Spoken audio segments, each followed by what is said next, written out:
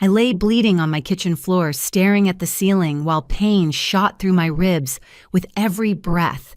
Blood dripped from my split lip onto the cold tile beneath me, creating small crimson puddles that reflected the overhead light.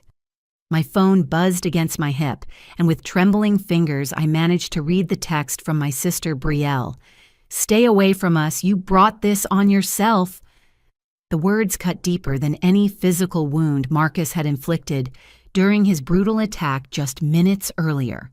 As sirens wailed in the distance, growing louder with each passing second, I realized something that made my heart pound even harder. I held the power to destroy their perfect little life completely. I was the guarantor on their $300,000 mortgage application, and my signature was the only thing standing between them and their dream house. Growing up in suburban Columbus, Ohio, Brielle, and I couldn't have been more different. She was 3 years younger than me, born when I was already walking and talking, and from the moment she could smile, everyone fell under her spell. While I spent my teenage years buried in textbooks and calculator ribbons from math competitions, Brielle glided through high school as homecoming queen prom princess and the girl every boy wanted to date. Her golden hair caught sunlight like spun silk, and her laugh could fill an entire room with warmth. I chose a different path, focusing on academic achievements that would secure my financial future, rather than social popularity that would fade after graduation. After college, I built my accounting firm from nothing, working 16-hour days in a cramped office above a deli on High Street. The smell of pastrami and mustard became my daily companion as I slowly attracted small business clients who appreciated my attention to detail and reasonable rates. By 28, I owned a successful practice with 12 employees and lived comfortably in a modest ranch house on the outskirts of town. My life wasn't glamorous, but it was stable and entirely my own creation.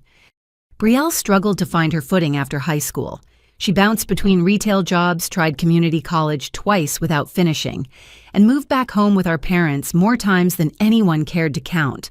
Her romantic relationships followed similar patterns of intense beginnings and messy endings, leaving behind trails of broken hearts and unpaid bills that our parents quietly helped resolve. Everything changed 8 months ago when she met Marcus Coleman at a downtown sports bar during a Friday night happy hour. He was 32, ruggedly handsome with dark hair and bright green eyes that seemed to see right through people. Marcus worked as a construction foreman for a mid-sized company that specialized in commercial building projects throughout central Ohio. His calloused hands and confident demeanor attracted Brielle immediately, and within weeks they were inseparable. Their whirlwind romance progressed at breakneck speed. Marcus moved into Brielle's apartment after 6 weeks of dating. They got engaged during a romantic weekend getaway to Hocking Hills after just 5 months together. Brielle called me that Sunday evening, practically breathless with excitement, as she described the proposal beside the waterfalls. Marcus had planned everything perfectly. She gushed from the hidden photographer to the champagne picnic that followed.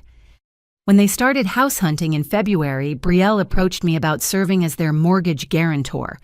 They had found their dream home in a new development called Meadowbrook Estates, a 4-bedroom colonial with granite countertops and a 2-car garage. The asking price was $295,000, which required a substantial down payment and excellent credit for approval. Marcus's construction income was decent but irregular depending on project schedules and weather conditions. Brielle worked part-time at a boutique clothing store downtown, earning barely enough to cover her personal expenses. Together, their debt-to-income ratio fell short of bank requirements for such a large mortgage. I hesitated when Brielle first asked. Serving as a guarantor meant accepting full financial responsibility if they defaulted on payments. My business had finally reached a comfortable profit margin, and taking on nearly $300,000 in potential debt felt risky. But seeing the hope in my sister's eyes, watching her describe their plans for starting a family and building a life together, I couldn't bring myself to refuse. The climactic twist that would later haunt me emerged during a family barbecue in March. I overheard Marcus on the phone in our parents' kitchen, speaking in hushed, angry tones to someone about payments and deadlines. When I asked Brielle about it later, she brushed off my concerns, saying Marcus sometimes dealt with difficult subcontractors who were late paying invoices. What I discovered months later was that Marcus had been systematically feeding Brielle lies about me from the very beginning of their relationship. He painted me as a controlling older sister who resented Brielle's happiness and success. According to his twisted narrative, I was obsessed with successful men and had deliberately sabotaged Brielle's previous relationships out of jealousy. He claimed I only agreed to guarantee their mortgage to maintain financial control over Brielle's life, ensuring she remained dependent on my approval and support. These fabricated stories poisoned Brielle's perception of my genuine concern and created the foundation for the nightmare that was about to unfold. The first unsettling encounter happened during our father's birthday celebration at Romano's Italian restaurant in April. Marcus cornered me near the restroom hallway while our family was distracted by the dessert presentation. He stood uncomfortably close, his breath smelling of red wine and garlic bread, and made inappropriate comments about my financial independence. "You know, Fanny, most men find successful women intimidating," he said, leaning against the wall to block my path back to the dining room. "But I appreciate a woman who knows how to handle money. Maybe you could teach Brielle a thing or two about investing." His eyes lingered on my figure in a way that made my skin crawl, and when I tried to step around him, he moved to maintain his blocking position. "I should get back to the table," I replied firmly, keeping my voice steady despite my discomfort. Marcus chuckled and finally stepped aside, but not before adding, "Of course, wouldn't want to keep the family waiting. You're always so responsible, aren't you?" When I mentioned the incident to Brielle during our weekly coffee date the following Tuesday, she laughed it off as a misunderstanding. "Marcus has a weird sense of humor sometimes," she explained, stirring extra cream into her latte. "He's just trying to connect with you because you're important to me. He knows how close we are." The second incident occurred during Brielle's birthday dinner in May. We celebrated at the Refinery, an upscale restaurant in the Short North District. Marcus arrived late, claiming his construction crew had run into permit issues that required his immediate attention. Throughout dinner, he dominated conversation with stories about difficult clients and incompetent city inspectors, painting himself as the long-suffering hero dealing with constant obstacles. When Brielle excused herself to take a phone call from our mother, Marcus immediately shifted his attention to me. "You know, Fanny, Brielle talks about you constantly," he said, refilling my wine glass without asking. "She looks up to you so much. Sometimes I wonder if she compares every decision to what her big sister would do." The comment felt like a probe testing my reaction. "Brielle is perfectly capable of making her own choices," I replied carefully. "Oh, absolutely," Marcus agreed quickly. "But having such a successful sister must create pressure. The mortgage guarantee, for instance. That's a big responsibility for both of you. I hope it doesn't complicate our family dynamic." Before I could respond, Brielle returned to the table, and Marcus seamlessly switched back to charming boyfriend mode. But his words lingered in my mind, creating a subtle undercurrent of unease that I couldn't quite articulate. The third warning sign appeared during Memorial Day weekend at our parents' annual backyard barbecue. Marcus volunteered to help my father grill hamburgers and hot dogs, positioning himself as the helpful future son-in-law. While our family mingled on the patio, Marcus found opportunities to make pointed comments about my single status and career focus. "Fanny's got her priorities straight," he announced to the group while flipping burgers. "Career first, relationship second. Smart approach in today's economy." The words sounded complimentary, but his tone carried an undertone that made everyone slightly uncomfortable. Later, when I went inside to refill the ice bucket, Marcus followed me into the kitchen. "You know I admire your dedication to work," he said, standing between me and the back door. "But don't you ever want something more, a family of your own?" "I'm content with my life as it is," I answered, trying to move past him toward the door. Marcus didn't step aside immediately. Instead, he studied my face with an intensity that felt invasive. "Brielle worries about you being alone. She thinks you sacrifice too much for your business." He paused. then added with a smile that didn't reach his eyes, "But I told her some people are just meant to be independent. Not everyone needs what we have." The climactic twist I should have recognized then was Marcus's deliberate pattern of isolating me from potential witnesses during these uncomfortable interactions. He never made inappropriate comments when other family members were within earshot. He timed his approaches when people were distracted by food conversations or activities that drew their attention away from our exchanges. Looking back, I realized Marcus was testing boundaries and gathering intelligence about my personality and relationships. He was building a psychological profile that would later allow him to manipulate situations to his advantage. Every seemingly innocent conversation was actually a calculated move in a game I didn't even know we were playing. When I tried to discuss my concerns with Brielle after the Memorial Day incident, she became defensive and accused me of looking for problems where none existed. "Marcus is trying to bond with you because you're going to be family," she insisted. "Why can't you just give him a chance instead of analyzing everything he says?" Her reaction stung because it felt like a betrayal of our usual open communication. We had always been able to talk honestly about everything from childhood fears to adult relationship struggles, but Marcus's presence had created a wedge between us that grew wider with each passing week. The final warning came in early June when Marcus specifically requested that I come alone to his apartment for dinner to discuss wedding planning details. He claimed Brielle was visiting potential venue sites in their future neighborhood and wanted me to see the apartment where they currently live together. "It'll just be casual," he assured me over the phone. "Maybe pizza and some wine while we go over the guest list and timeline. Brielle really values your opinion on these things." Something about the invitation felt wrong, but I couldn't pinpoint exactly what triggered my unease. Marcus had never invited me anywhere without Brielle before, and the timing seemed odd given that wedding planning typically involved the bride's direct input. Against my better judgment, I agreed to the dinner telling myself I was being overly cautious and that refusing would only create more tension in an already strained situation. I had no way of knowing that Marcus had orchestrated the entire scenario using Brielle's manufactured stories about my supposed interference as justification for what he had planned. I arrived at Marcus's apartment complex at 7:30 on a humid Tuesday evening in June. The building was a converted warehouse in the brewery district with exposed brick walls and industrial-style lighting that gave it a trendy urban atmosphere.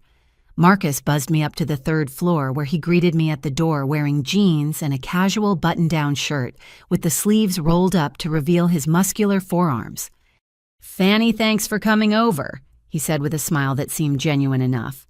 "Come on in, I've got wine breathing and pizza on the way." The apartment was spacious but sparsely furnished with hardwood floors and large windows that overlooked the street below.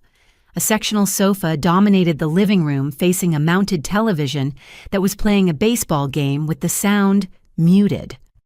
Wedding magazines and vendor brochures were scattered across the coffee table, giving the space an authentic feeling of preparation and planning. Marcus poured 2 glasses of red wine from a bottle that sat open on the kitchen counter. "Brielle should be back around 9, he said, handing me a glass. "She's looking at reception venues in Grandview with her friend Ashley. You know how she gets when she's excited about something." I accepted the wine and took a small sip, noting the rich, fruity flavor that suggested an expensive vintage. "This is nice," I commented, gesturing toward the bottle. "Thanks. I figured we should celebrate properly," Marcus replied. "After all, this wedding wouldn't be possible without your help. The mortgage guarantee means everything to us." We sat on the sofa and began reviewing the wedding planning materials. Marcus seemed genuinely interested in my opinions about flower arrangements, menu options, and seating charts. He took notes on a legal pad and asked thoughtful questions about my preferences for various aspects of the celebration. About 30 minutes into our conversation, something shifted in Marcus's demeanor. His questions became more pointed and personal, focusing on my relationship with Brielle rather than wedding details. "You and Brielle are really close, aren't you?" he asked, refilling our wine glasses. "We've always been close," I confirmed. She's my only sibling and I care about her happiness." Marcus nodded slowly as if processing this information. "She talks about you constantly. Sometimes I wonder if she compares me to you, like whether I measure up to her successful big sister." The comment caught me off guard. "I'm sure that's not true. Brielle loves you for who you are." "Does she—" Marcus's voice carried a sharp edge that hadn't been there moments before. "Or does she love the idea of having someone stable like you approve of her choices?" I set down my wine glass, suddenly uncomfortable with the direction of our conversation. "Marcus, I think you might be overthinking things. Brielle is genuinely happy with you." That's when everything changed. Marcus's expression hardened and his relaxed posture shifted into something predatory and threatening. "You know what I think, Fanny?" he said, standing up abruptly. "I think you get off on controlling Brielle's life. I think you like being the successful one who gets to approve or disapprove of her choices." "That's not true," I protested, also standing. "I've never tried to control Brielle's decisions." "Really?" Marcus moved closer, forcing me to step backward toward the kitchen area. "Then why did you hesitate when she asked you to guarantee our mortgage? Why did you make her beg for your approval?" "I had legitimate concerns about the financial risk." I explained, my voice rising slightly. "It wasn't personal." Marcus laughed bitterly. "Everything is personal with you, isn't it? You can't stand that Brielle found someone who makes her happy. You can't stand that she doesn't need Big Sister's permission anymore." The accusations were so far from reality that I felt momentarily speechless. "Marcus, I don't know where this is coming from, but you're completely wrong about my relationship with Brielle." "Am I—" His voice dropped to a dangerous whisper. "Then explain why you've been trying to seduce me for months." The statement was so shocking and absurd that I actually laughed. "What are you talking about? I've never done anything inappropriate toward you." "The restaurant, the barbecue. Every time we're in the same room, you find ways to get me alone. You touch my arm when you talk. You ask personal questions about our relationship." Marcus's fabricated narrative gained momentum as he spoke, his voice becoming more aggressive with each false accusation. "None of that is true," I said firmly, backing toward the apartment door. "I think I should leave." Marcus moved quickly to block my path to the exit. "You're not going anywhere until we settle this. I'm tired of you playing games with my relationship." "I'm not playing any games. Let me leave." That's when Marcus grabbed my shoulders and shoved me hard against the kitchen counter. The granite edge caught me in the small of my back, sending sharp pain shooting up my spine. As I stumbled forward, trying to regain my balance, Marcus's fist connected with my ribs, driving the air from my lungs in a painful whoosh. "You think you're so smart," he snarled, grabbing a handful of my hair and slamming my face against the cabinet door. "You think you can manipulate everyone around you." The impact split my lip and filled my mouth with the metallic taste of blood. Pain exploded across my cheekbone as the cabinet's hard surface connected with my face. I tried to scream, but Marcus's hand covered my mouth, muffling any sound I might have made. "Shut up," he hissed in my ear. "No one's going to hear you anyway." The brutal attack continued for what felt like hours, but was probably only a few minutes. Marcus kicked me in the ribs as I fell to the floor, each impact sending waves of agony through my torso. He grabbed my hair again, pulling my head back at a painful angle, while he continued his verbal assault. "You want to know what Brielle really thinks about you?" he asked, his voice cold and calculating. "She's sick of your interference. She's tired of pretending to need your approval. She asked me to handle this situation because she doesn't have the courage to cut you out herself." The psychological cruelty hurt worse than the physical violence. The idea that Brielle had orchestrated this confrontation, that she wanted Marcus to hurt me, felt like a knife twisting in my chest. Finally, Marcus released his grip on my hair and stepped back, breathing heavily from his exertion. I curled into a ball on the kitchen floor, tasting blood and struggling to catch my breath through what felt like broken ribs. The climactic twist came when Marcus crouched down beside me, his voice returning to the calm, controlled tone he had used when I first arrived. "Now here's what's going to happen," he said matter-of-factly. "You're going to get up, clean yourself off, and go home. You're not going to call the police or tell anyone what happened here tonight." "Why would I do that?" I gasped through the pain. Marcus smiled with cold satisfaction. "Because I know you're the guarantor on our mortgage, Fanny. I know that if we default on those payments, it ruins your credit and destroys your business reputation. And I want you to understand something very clearly. If you cause problems for me, I will make sure we default.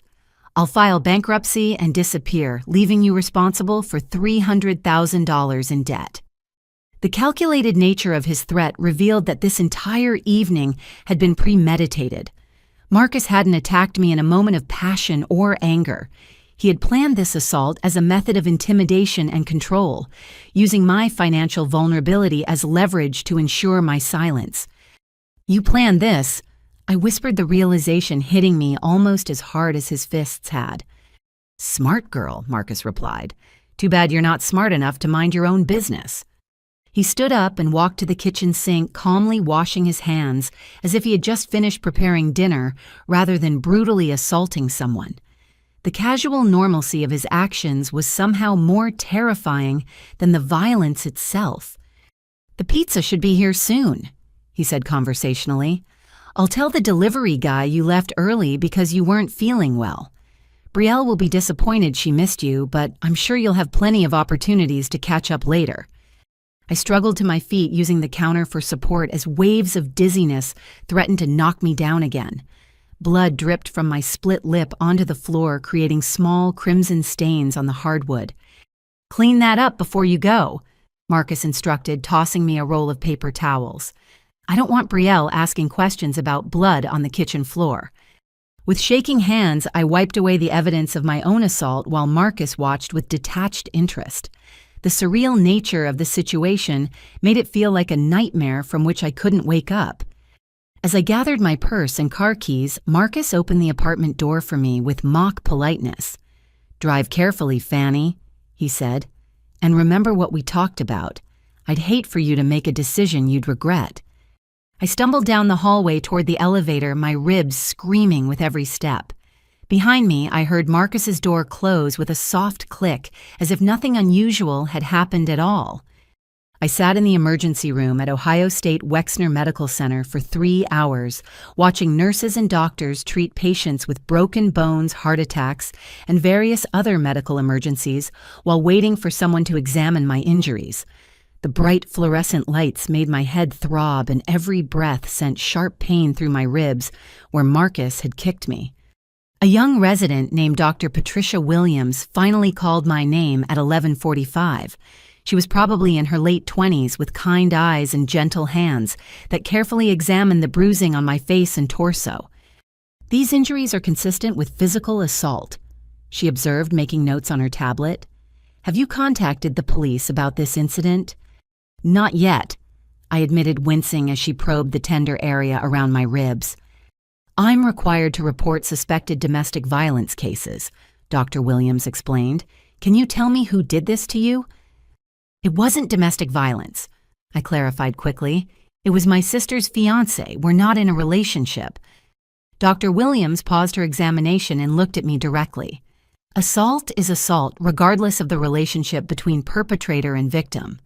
Would you like me to contact law enforcement while we finish your treatment?" I hesitated, Marcus's threats echoing in my mind. The $300,000 mortgage guarantee felt like a noose around my neck, limiting my options for seeking justice.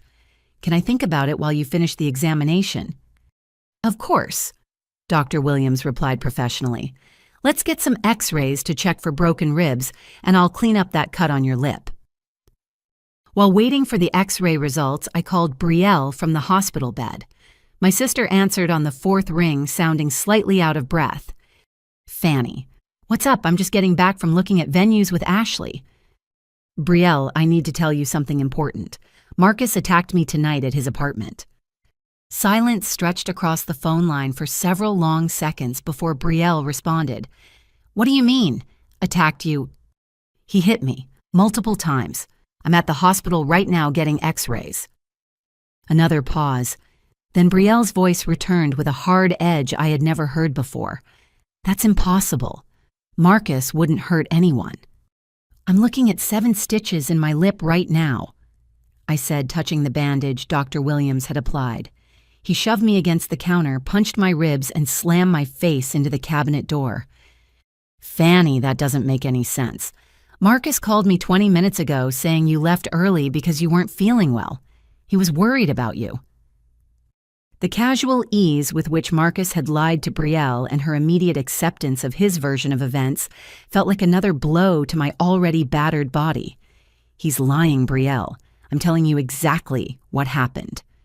Why would Marcus lie about something like that? Brielle's tone shifted from confusion to accusation. What did you do to make him angry?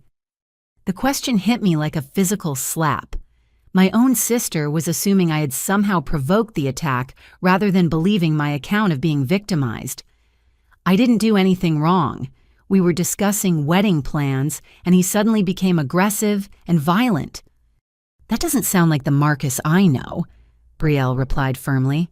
He's never shown any signs of violence or aggression. You must have misunderstood something.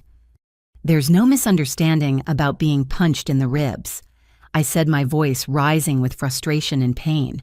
There's no confusion about having your face slammed into a cabinet door. Brielle sighed heavily.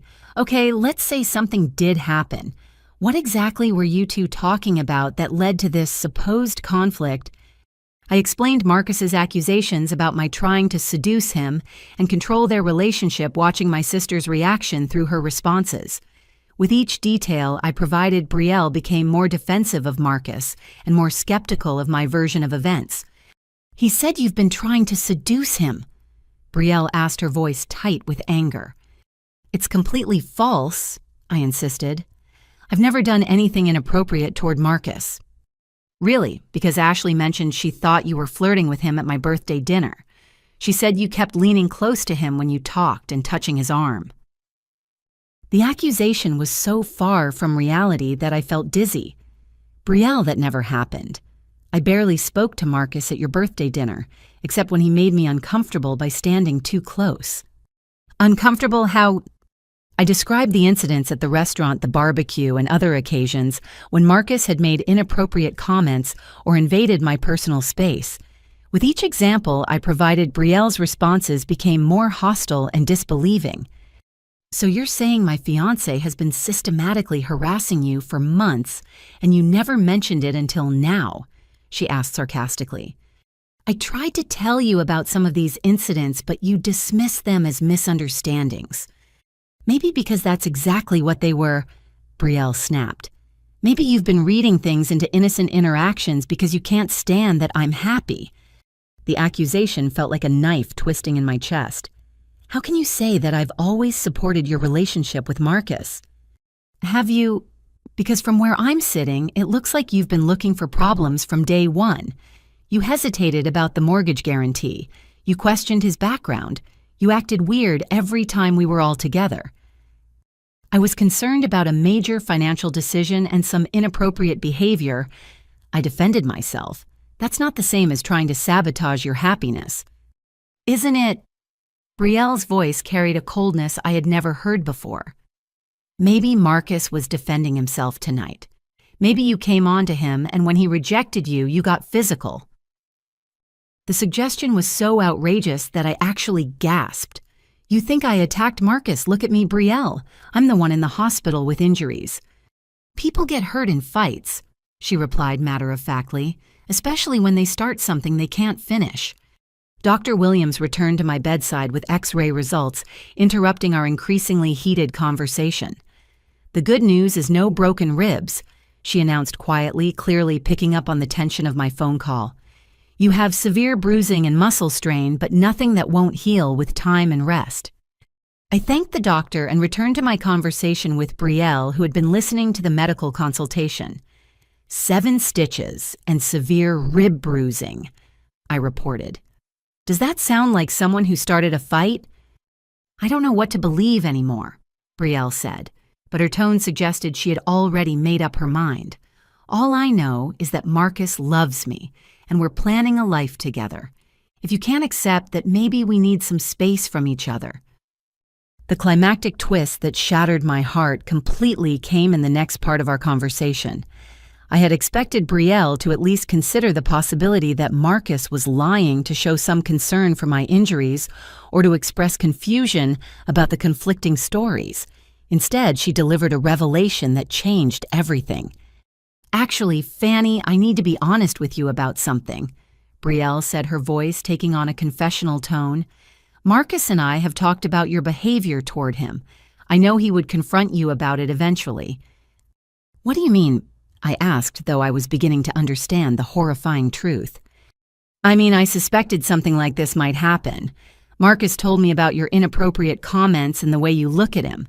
I told him he should address it directly instead of just tolerating it for my sake."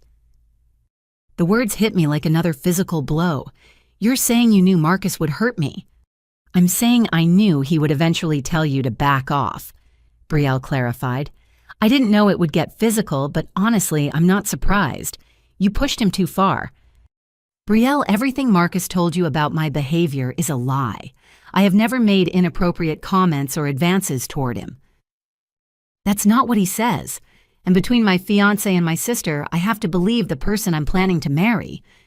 The finality in her voice made it clear that no amount of evidence or explanation would change her mind. Brielle had chosen Marcus over me, accepting his fabricated version of events without question or investigation. "So what happens now?" I asked, feeling completely defeated. "Now you stay away from us while we plan our wedding and start our life together," Brielle replied firmly. "And if you really care about my happiness, you'll get some help for whatever issues are making you behave this way." The conversation ended when Brielle sent a text message that appeared on my phone screen while she was still talking. "Stay away from us. You brought this on yourself."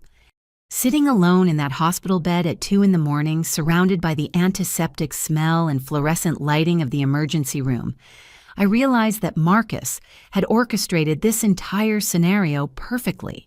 He'd spent months poisoning Brielle against me, building a foundation of lies that made his violent attack seem justified.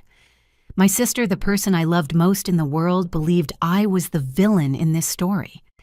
But as I stared at Brielle's cruel text message, a different kind of clarity began to emerge through my pain and heartbreak.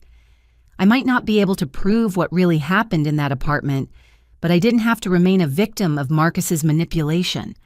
I held power that he probably hadn't fully considered when he made his threats about defaulting on the mortgage. If Brielle wanted me to stay away from them, I would give her exactly what she asked for. And Marcus was about to learn that financial leverage worked both ways. I spent the rest of that night in my hospital bed staring at the ceiling tiles and listening to the steady beep of medical equipment from other patients' rooms. The pain medication made my thoughts fuzzy, but one thing remained crystal clear. I was done being manipulated and threatened by Marcus, and I was done being blamed for his violence by my own sister. At 6 a.m, I typed a simple response to Brielle's cruel text message. 3 letters that would change everything. Done. Dr. Williams discharged me at 7:30 with prescriptions for pain medication and muscle relaxers, along with instructions to return immediately if my symptoms worsened. The bruising on my face had darkened overnight, creating purple and yellow patches that would take weeks to fully heal. I drove home slowly, every bump in the road sending sharp reminders through my injured ribs. My modest ranch house had never felt more welcoming than it did that Wednesday morning with its familiar furniture and peaceful silence. But I couldn't rest yet. There was something important I needed to take care of immediately. David Weinstein had been my attorney for 5 years, handling everything from business contracts to real estate transactions. Despite the early hour, I called his office and left an urgent voicemail requesting an immediate callback regarding a time-sensitive legal matter. David returned my call within 20 minutes, his voice showing concern when I explained I needed to withdraw as guarantor on a mortgage application. "Fanny, what's going on? You sound like you're in pain." "I was assaulted last night by the borrower," I explained, giving him a brief summary of Marcus's attack and threats. "I need to know my legal options for removing myself from this financial obligation." Jesus Christ, David muttered. Have you filed a police report? Not yet. The perpetrator threatened to default intentionally if I involved law enforcement, which would destroy my credit and business reputation. David was quiet for several seconds, and I could hear him typing notes on his computer. Okay, let's think about this strategically. The mortgage hasn't been finalized yet, correct? Correct. They're still waiting for final approval from the lender. Then you have the legal right to withdraw your guarantee at any time before closing. The bank can't force you to remain liable for a debt you no longer wish to secure. Relief washed over me for the first time since the attack. How quickly can we make this happen? I can file the withdrawal paperwork today if you come into my office this morning. But Fannie, you need to understand that this will immediately terminate their mortgage application. Without your financial backing, they won't qualify for the loan. I understand completely, I replied without hesitation. David's office occupied the 15th floor of a downtown high-rise, with windows overlooking the Scioto River and the city skyline beyond.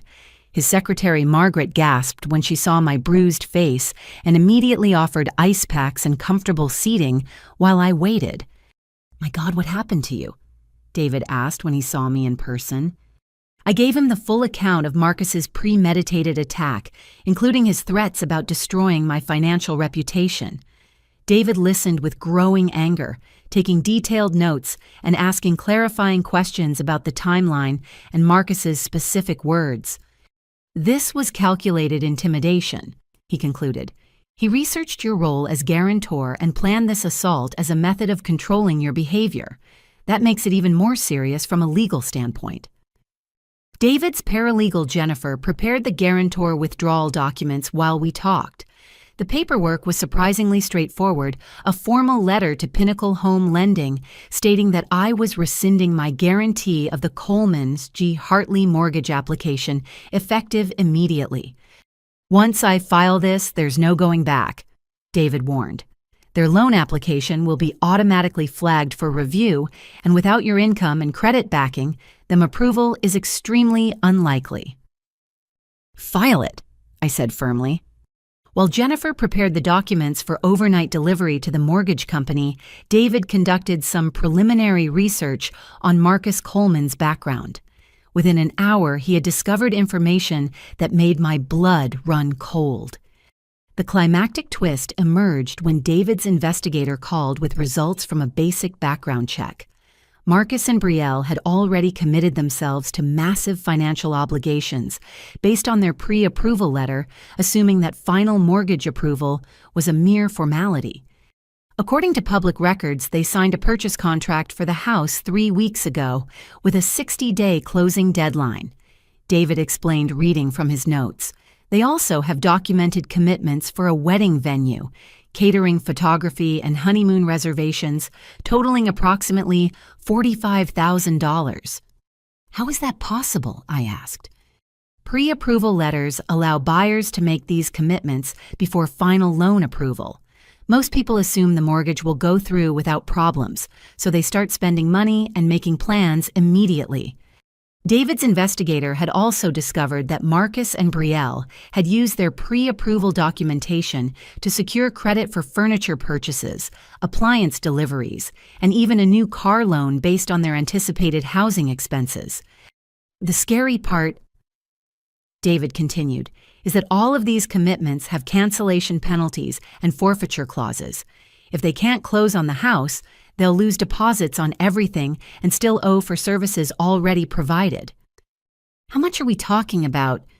"Based on what I can find in public records, probably $60,000 to $70,000 in immediate losses, plus ongoing payment obligations for services they can't use."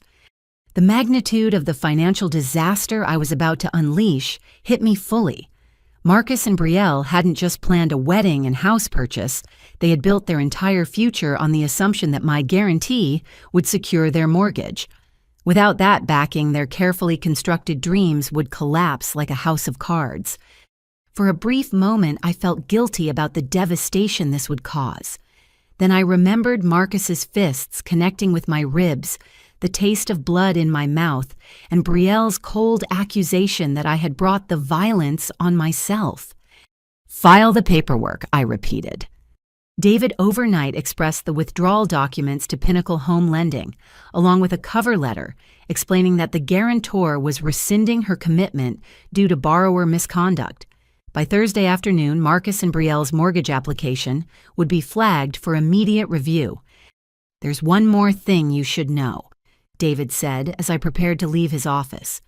Jennifer discovered that Marcus has been inflating his income on the loan application. His actual construction wages are about 30% lower than what's documented in his employment verification. This additional revelation meant that even if they found another guarantor, Marcus's falsified income information would likely disqualify them from any legitimate mortgage company. Their house purchase was doomed regardless of my involvement.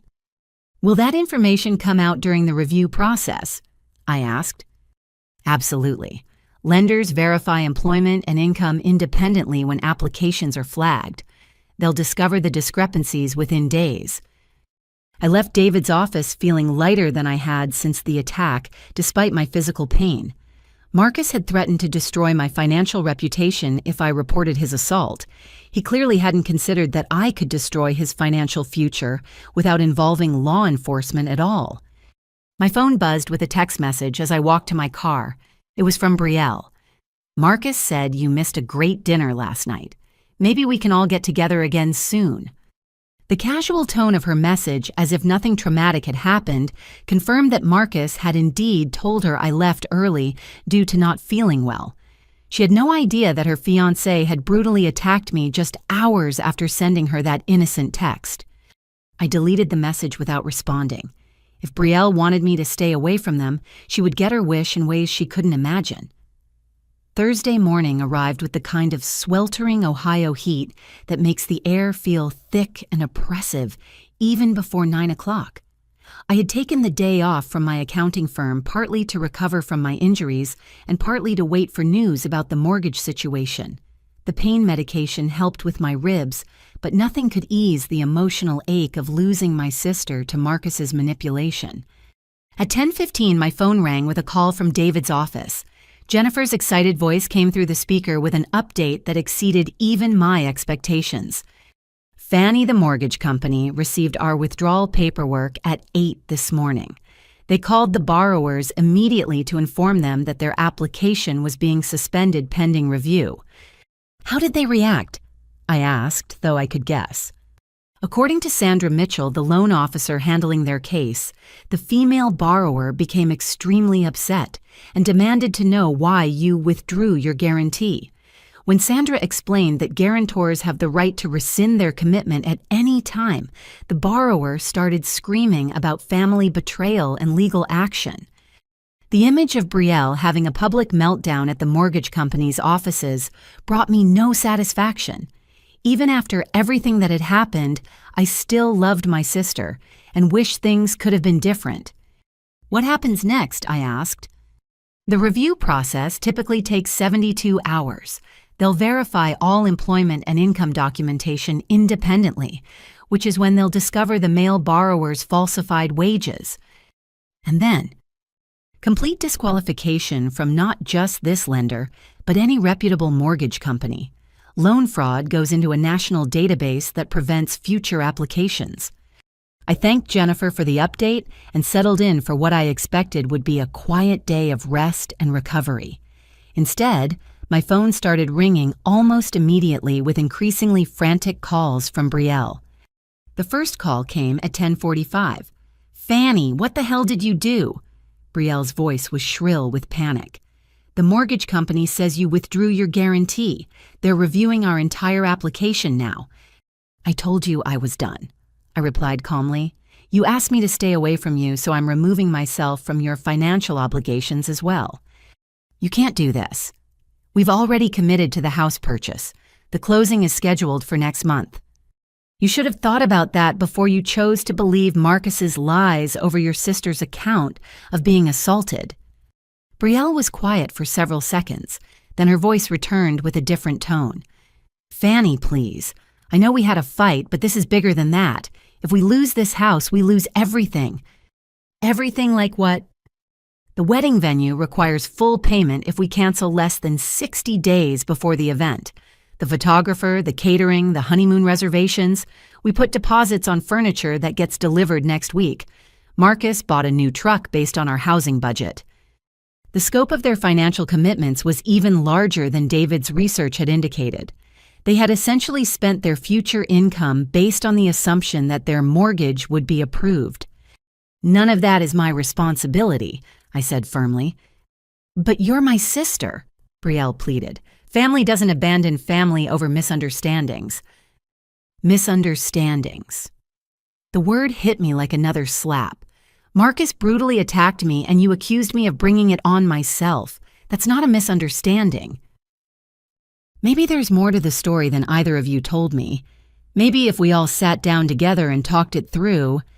"I'm not sitting down with someone who assaulted me," I interrupted, "and I'm especially not doing it to help fix his financial problems." The second call came 2 hours later with Brielle's tone shifted from pleading to angry. "I just got off the phone with our real estate agent," she announced. "If we can't close on the house, we forfeit our earnest money and face legal action for breach of contract. That's $25,000 down the drain." Again, not my responsibility.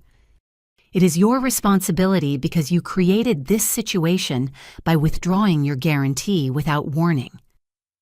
I created this situation. I couldn't believe what I was hearing. Marcus created this situation when he decided to assault me in his kitchen. That's your version of what happened. Marcus says you came on to him and got violent when he rejected you. The fact that Marcus was still spreading lies about the attack and that Brielle was still choosing to believe them eliminated any remaining sympathy I felt for their predicament. Believe whatever you want to believe, Brielle, but I'm not changing my mind about the guarantee. The climactic twist that would ultimately destroy their dreams completely came during my third conversation with Brielle that afternoon. Sandra Mitchell, the loan officer, had called them with the results of the employment verification review. "They're saying Marcus lied about his income," Brielle said, her voice hollow with shock. "They found discrepancies in his employment documentation." "What kind of discrepancies?" "His actual wages are 30% lower than what he reported on the application. Sandra says this disqualifies us from any mortgage with their company, and they're required to report the fraud to other lenders." The revelation confirmed what David's investigator had discovered, but hearing it from Brielle made it feel more real. Marcus hadn't just assaulted me, he had also committed loan fraud that would prevent them from buying any house in the foreseeable future. "I'm sorry you're dealing with this," I said, and I meant it despite everything that had happened. "Are you?" Brielle's voice turned bitter. "Because it seems like you're getting exactly what you wanted. You never liked Marcus, and now you've found a way to destroy our relationship." "I didn't falsify income documents, Brielle. Marcus did that himself." "But you knew this would happen when you withdrew your guarantee. You knew they would investigate everything more carefully." The accusation stung because it contained a grain of truth. I had hoped that removing my financial backing would derail their mortgage application, though I hadn't known about Marcus's fraudulent documentation at the time. What I knew was that I couldn't remain financially tied to someone who threatened and assaulted me. I replied, "Everything else is a consequence of choices Marcus made." "Choices we're both paying for now," Brielle said quietly. "The wedding venue is demanding full payment by Friday, or they'll cancel our reservation and keep our deposit. The furniture delivery can't be stopped because it's already in transit. Marcus's truck payment is due next week, and without the new house, we can't afford the insurance and registration costs." "What about your savings?" "What savings? We put every penny into wedding preparations and house purchase costs. We were counting on the mortgage to provide the cash flow for everything else." The financial house of cards they had built was collapsing exactly as David had predicted. Every decision they had made was based on the assumption that their mortgage would be approved, leaving them with massive obligations and no way to fulfill them. "Maybe this is a sign that you should slow down and reconsider some things," I suggested gently. "Reconsider what my engagement, my relationship with the man I love. Maybe reconsider whether you really know the man you're planning to marry." Brielle was quiet for a long moment, and I thought she might finally be ready to listen to my concerns about Marcus's character. Instead, her voice returned with renewed anger. "I know Marcus better than you do, and I know that this whole situation started because you couldn't accept that I found someone who makes me happy. You've always needed to be the successful one, the one in control, and you couldn't stand that I was building a life that didn't revolve around your approval." The conversation ended with Brielle hanging up on me, but not before delivering one final accusation that revealed how completely Marcus had poisoned her perception of our relationship. "I hope you're happy, Fanny. You got what you wanted. You destroyed my future, and now you can go back to being the successful sister who doesn't have to worry about anyone else's happiness but your own." Friday morning brought another wave of phone calls from Brielle, but these conversations carried a different tone than the angry accusations of the previous day. Desperation had replaced hostility, and I could hear the genuine panic in my sister's voice as their financial situation continued to deteriorate. "Vanny, I need to ask you something important." Brielle began during her first call at 8:30.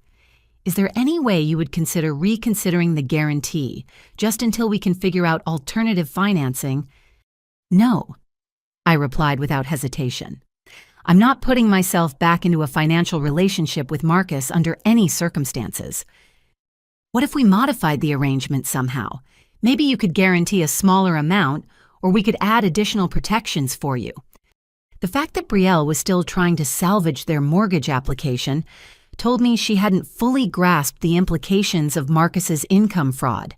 Even if I agreed to reinstate my guarantee, which I absolutely would not, no legitimate lender would approve their application once the falsified documents were discovered.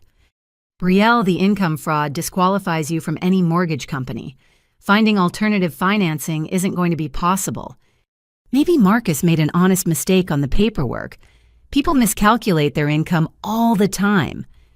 30% inflation isn't a miscalculation, it's deliberate fraud." "You don't know that for sure. Maybe his overtime projections were more optimistic than realistic." The mental gymnastics Brielle was performing to excuse Marcus's behavior reminded me of how she had rationalized his assault on me. She was so invested in their relationship that she couldn't acknowledge the pattern of lies and manipulation that defined Marcus's character.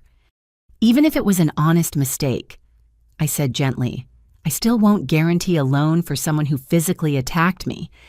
But what if he apologizes? What if we all sit down and work through this misunderstanding?" "There's no misunderstanding about being punched in the ribs, Brielle, and there's no apology that would make me trust Marcus with my financial security." The second call came an hour later, with Brielle's voice tight with stress. "The wedding venue is demanding payment by 5 o'clock today, or they're canceling our reservation. That's $15,000 we'll lose completely. Can you postpone the wedding instead of canceling? Postponing still costs us the deposits, and we'd have to put down new money for a different date. We don't have that kind of cash available." "What about your parents? Can they help with the immediate crisis?" "Mom and Dad already refinanced their house to help us with the wedding expenses 6 months ago. They can't take on any more debt." The revelation that our parents had mortgaged their retirement security to fund Brielle's wedding added another layer of tragedy to the unfolding disaster. Marcus's financial fraud and assault weren't just destroying his relationship with Brielle. They were threatening our entire family's economic stability. "I'm sorry this is happening," I said, meaning it sincerely despite my anger at how the situation had developed. "Are you?" Brielle asked. "Because you have the power to fix this, and you're choosing not to." "I have the power to make myself financially responsible for Marcus's debts.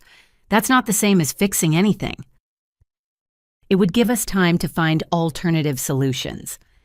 What alternative solutions? Marcus committed loan fraud, Brielle. His financial credibility is destroyed for years to come. Maybe we could find a private lender who doesn't run the same verification checks. The suggestion revealed how little Brielle understood about mortgage lending and how desperate she had become. Private lenders who didn't verify income were typically predatory operations that charged interest rates so high they guaranteed eventual default and foreclosure. Those lenders charged 20 to 30% interest, Brielle. You'd lose the house within 2 years even if you could make the initial payments. At least we'd have 2 years to figure something else out. You'd have 2 years of massive debt before losing everything anyway. That's not a solution, it's just a slower form of financial suicide. The third call came at 2 in the afternoon, and I could immediately tell that something had shifted in Brielle's mental state. Her voice carried a frantic energy that made me concerned about her decision-making capacity. "I've been thinking about our conversation," she began. "You said Marcus assaulted you, but you never filed a police report. You went to the hospital, but you didn't ask them to call law enforcement. Doesn't that seem strange if you were really the victim of a violent crime?" I explained why I didn't report it immediately. Marcus threatened to destroy my business reputation if I involved police. Or maybe you didn't report it because you knew the evidence wouldn't support your story. "What are you suggesting, Brielle?" "I'm suggesting that maybe your version of what happened isn't completely accurate. Maybe Marcus was defending himself and you got hurt worse than either of you expected." The conversation was taking a disturbing turn that reminded me of domestic violence cases I had read about where victims were gaslit into believing they were responsible for their own abuse. "I have medical records documenting injuries consistent with assault," I said firmly. "I have hospital staff who can testify about the nature and severity of those injuries. Medical records prove you were injured. They don't prove who caused the injuries or how they occurred." "Are you seriously suggesting I beat myself up to frame Marcus?" "I'm suggesting that maybe you provoked a physical confrontation and got hurt worse than you intended." The climactic twist that would shatter any remaining hope for reconciliation came during my fourth conversation with Brielle that evening. David called me at 6 o'clock with urgent news that changed everything. "Fanny, I need to tell you about something that just happened. Pinnacle Home Lending contacted me about fraudulent documents that were submitted this afternoon." "What kind of fraudulent documents?" "Someone attempted to forge your signature on a revised guarantor agreement and submit it to a secondary lender called Ohio Valley Mortgage. The forgery is obvious because whoever did it doesn't know your professional signature style, but it's still a serious crime." My blood ran cold as the implications hit me. Brielle. The documents were submitted electronically from an IP address that traces back to your sister's apartment complex. Ohio Valley's fraud department has already contacted law enforcement about the attempted mortgage fraud. "What does this mean legally?" "It means your sister is now facing potential criminal charges for forgery and mortgage fraud. These are felony offenses that carry substantial prison sentences." "Can we prove she was the one who actually submitted the documents?" The electronic submission included authentication codes that required access to personal information about you that only a family member would know. Social security number, date of birth, mother's maiden name. The evidence is pretty conclusive. I felt physically sick thinking about Brielle throwing away her future in such a desperate and foolish attempt to save her relationship with Marcus. The woman I had grown up with, who had always been impulsive but never criminal, had crossed a line that would destroy her life far more thoroughly than any canceled wedding or lost house deposit. "What happens next?" I asked. "Law enforcement will contact both you and your sister within the next 24 hours. You'll need to decide whether to press charges or try to resolve this as a civil matter." "And if I don't press charges?" "The mortgage company still has to report the fraud attempt to federal banking authorities. Your sister could face investigation even without your cooperation." I hung up the phone and immediately called Brielle, who answered on the first ring with a voice full of artificial cheerfulness. "Fanny, I was just about to call you with some good news. We found a lender who might be able to work with our situation." "Brielle, what did you do?" The silence on the other end of the line told me everything I needed to know. My sister had indeed forged my signature in a desperate attempt to save her collapsing dreams, and now she was about to face consequences that would haunt her for years to come. Saturday morning brought Detective Rachel Torres to my front door at 9:15, along with a younger officer named Patrolman Kevin Brooks. Detective Torres was a woman in her early 40s, with graying hair and intelligent eyes that seemed to take in every detail of my still bruised face. Ms. Hartley, I'm investigating a mortgage fraud case involving forged documents submitted under your name. I understand you may also have information about an assault that occurred earlier this week. I invited them into my living room and offered coffee, which they politely declined. Detective Torres opened a folder containing printed emails and document images, while Patrolman Brooks took notes on a small tablet.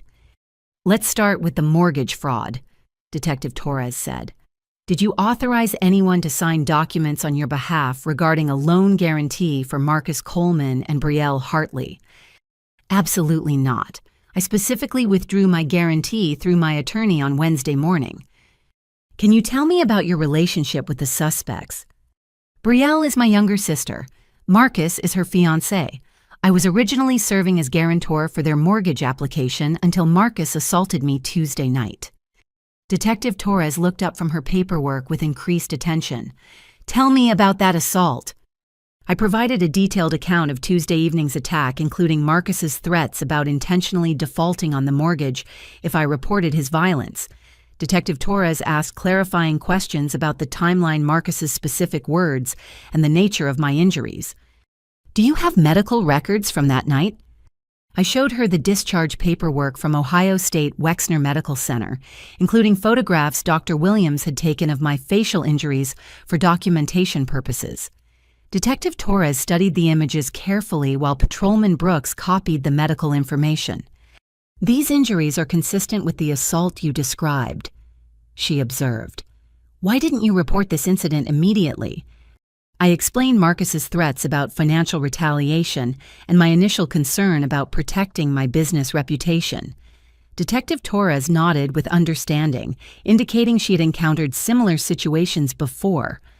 Domestic violence perpetrators often use financial intimidation to prevent victims from seeking help, she said. The fact that you withdrew from the mortgage arrangement shows you found a way to protect yourself despite his threats. Is that how you discovered the forgery? Partially. When your sister submitted the fraudulent guarantee documents yesterday, the secondary lender contacted the original lender to verify your withdrawal. That's when we learned about both the forgery attempt and your reasons for withdrawing. Detective Torres opened a second folder containing background information that would change my understanding of Marcus completely. The climactic twist emerged when she began reading from Marcus's criminal history report. Fanny, I need to tell you something important about Marcus Coleman that your sister may not know. What did you find? Marcus has 2 previous convictions for domestic violence in other states. The first occurred 3 years ago in Kentucky, where he was convicted of assaulting his girlfriend, Sarah Mitchell. She required reconstructive surgery for facial injuries he inflicted during an argument about money. My stomach clenched as I realized how easily Marcus's attack on me could have been much worse. What was the second conviction?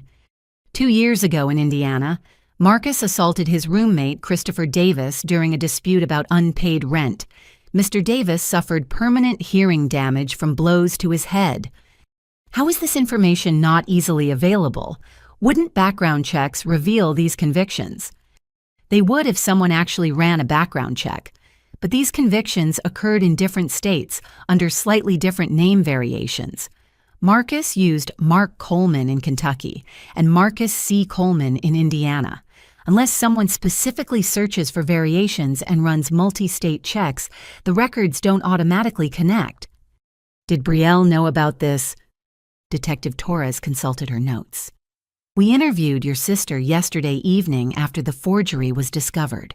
When we informed her about Marcus's criminal history, she initially denied any knowledge. However, under further questioning, she admitted that Marcus had told her about some misunderstandings with previous girlfriends. Misunderstandings. That's the word she used. According to your sister, Marcus claimed his ex-girlfriends were unstable women who falsely accused him of violence when their relationships ended badly.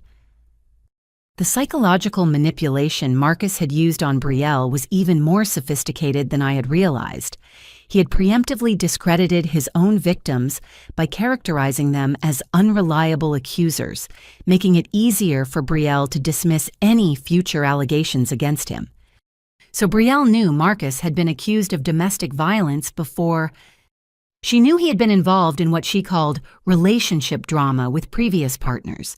She believed his version that these women were lying to hurt him. And she never thought to research these accusations independently. Detective Torres shook her head. Love makes people ignore red flags they would normally recognize. Your sister was emotionally invested in believing Marcus's story rather than investigating the truth.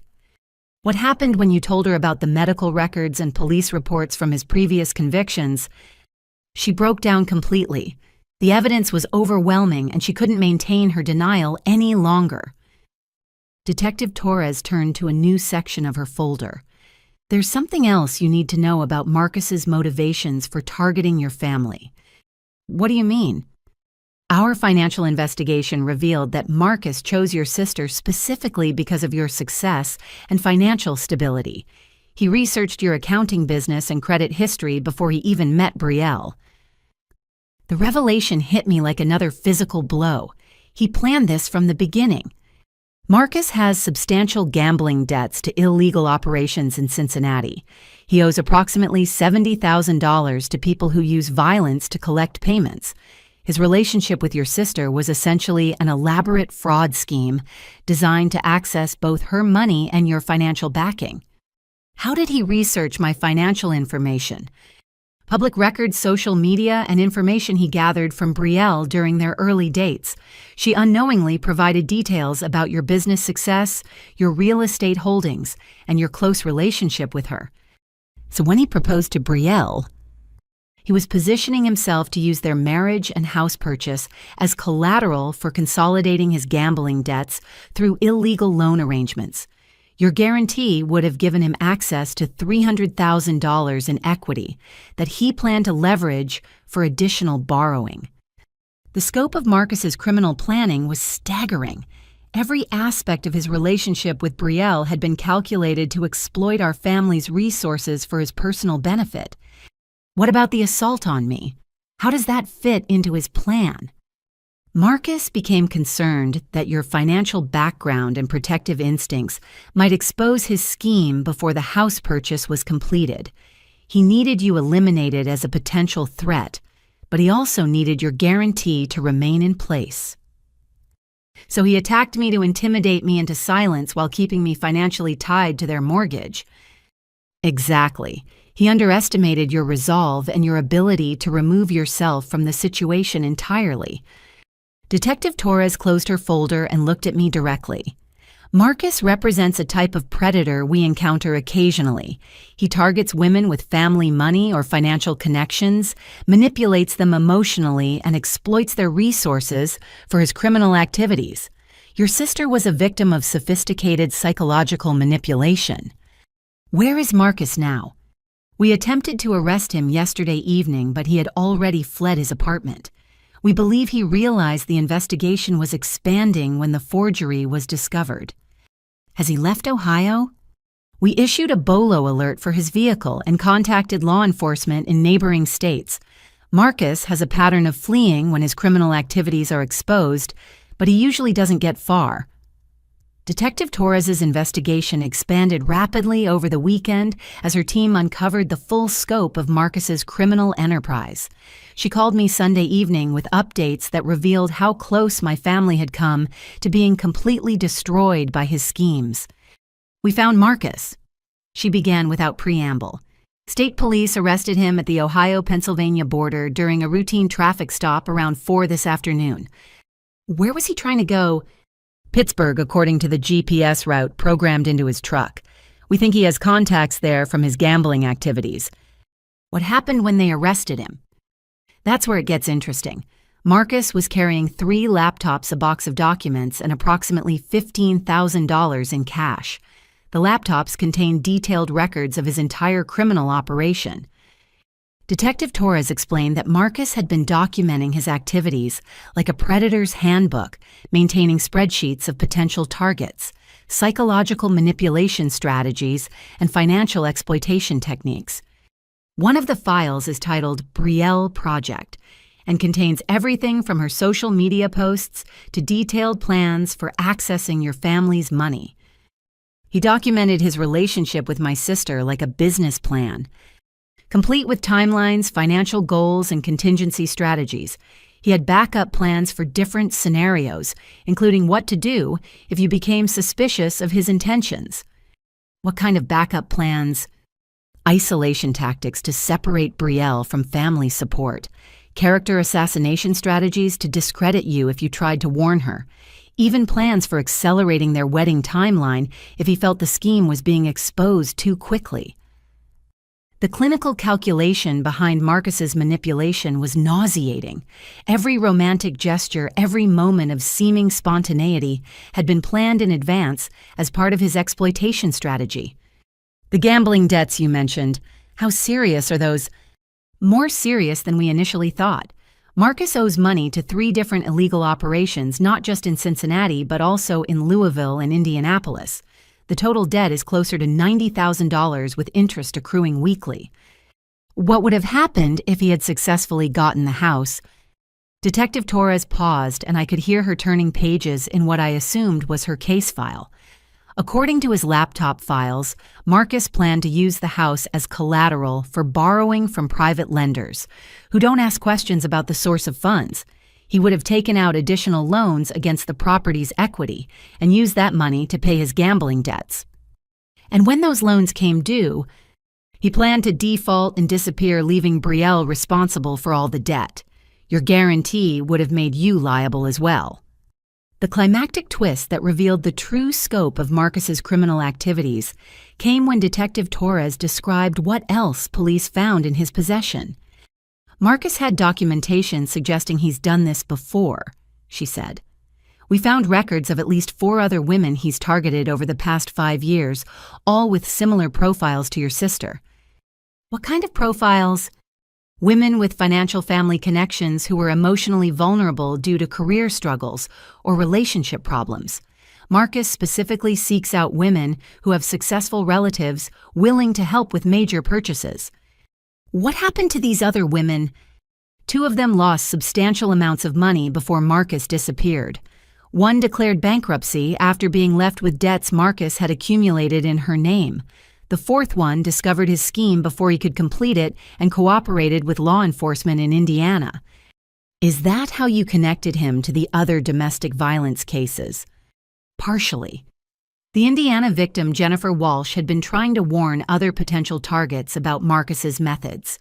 She contacted us when she saw his name in connection with the mortgage fraud investigation. Detective Torres explained that Jennifer had been trying to track Marcus across multiple states, documenting his pattern of targeting women and building criminal cases against him wherever possible. Jennifer's cooperation is why we were able to move so quickly on the arrest warrant. She had already done much of the investigative work connecting his various criminal activities. What charges is Marcus facing? Assault and battery for the attack on you, mortgage fraud for the income falsification, identity theft and forgery for the documents submitted under your name, plus the gambling-related charges from other jurisdictions. How much prison time are we talking about? If he's convicted on all counts, probably 15 to 20 years. The federal banking fraud charges carry the heaviest sentences. What about Betrayal? What charges is she facing? Detective Torres's voice softened slightly. The district attorney is still deciding how to handle your sister's case. The forgery charges are serious, but given that she was being manipulated by Marcus and has no prior criminal history, they might offer a plea agreement. What kind of plea agreement? Probably probation, community service, and restitution to the mortgage companies for their investigation costs. She'd avoid jail time if she cooperates fully with the prosecution of Marcus.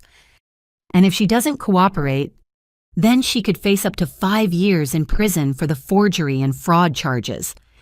The magnitude of the legal consequences facing both Marcus and Betrayal was overwhelming.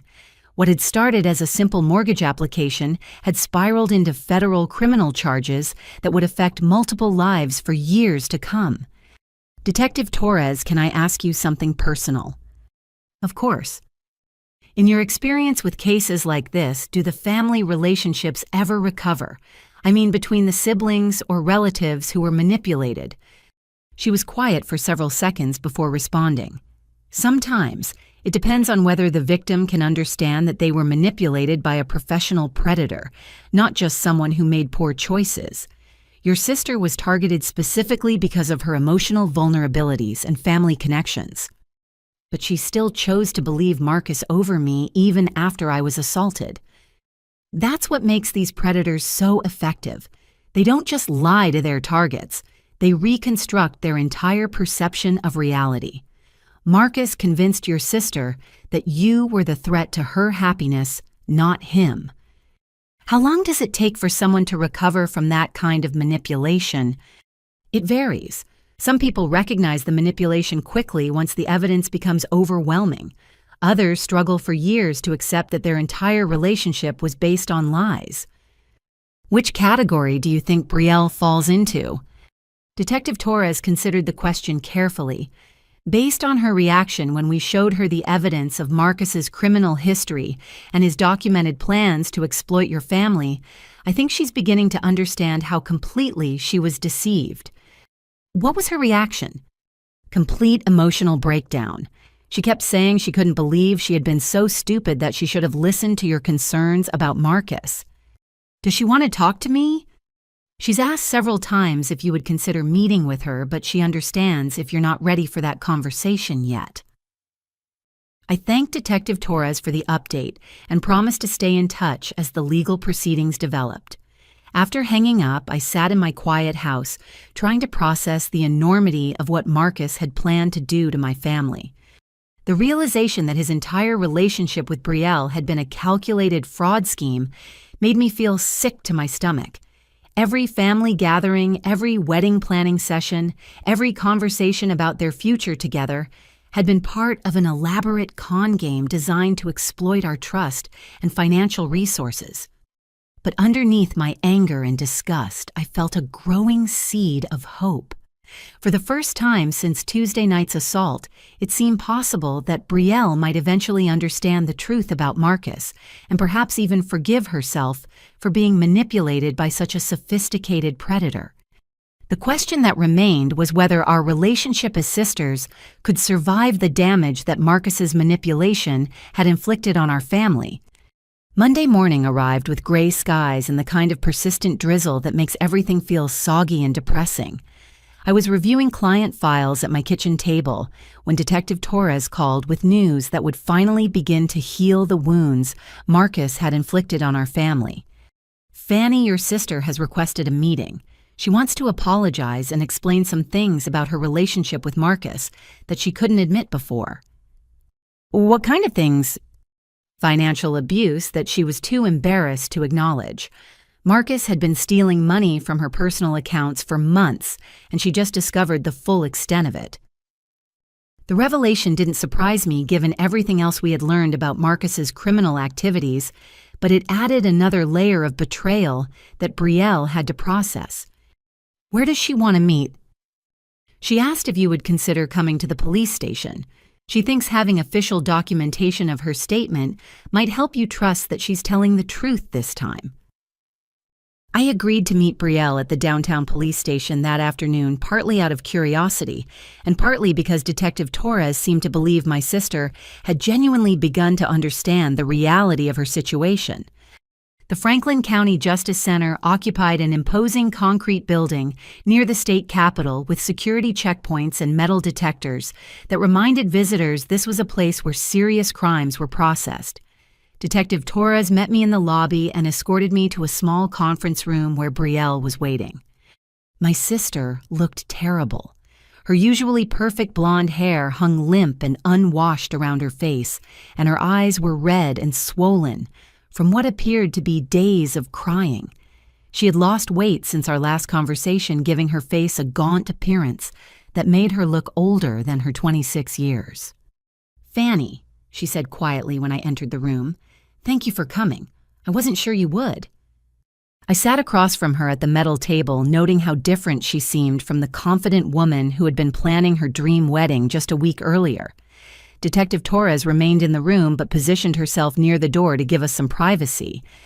"Detective Torres said you discovered Marcus had been stealing from you." Brielle nodded, pulling out her phone to show me bank statements and transaction records. I started checking my accounts carefully after the police told me about his criminal history. The unauthorized withdrawals go back 4 months.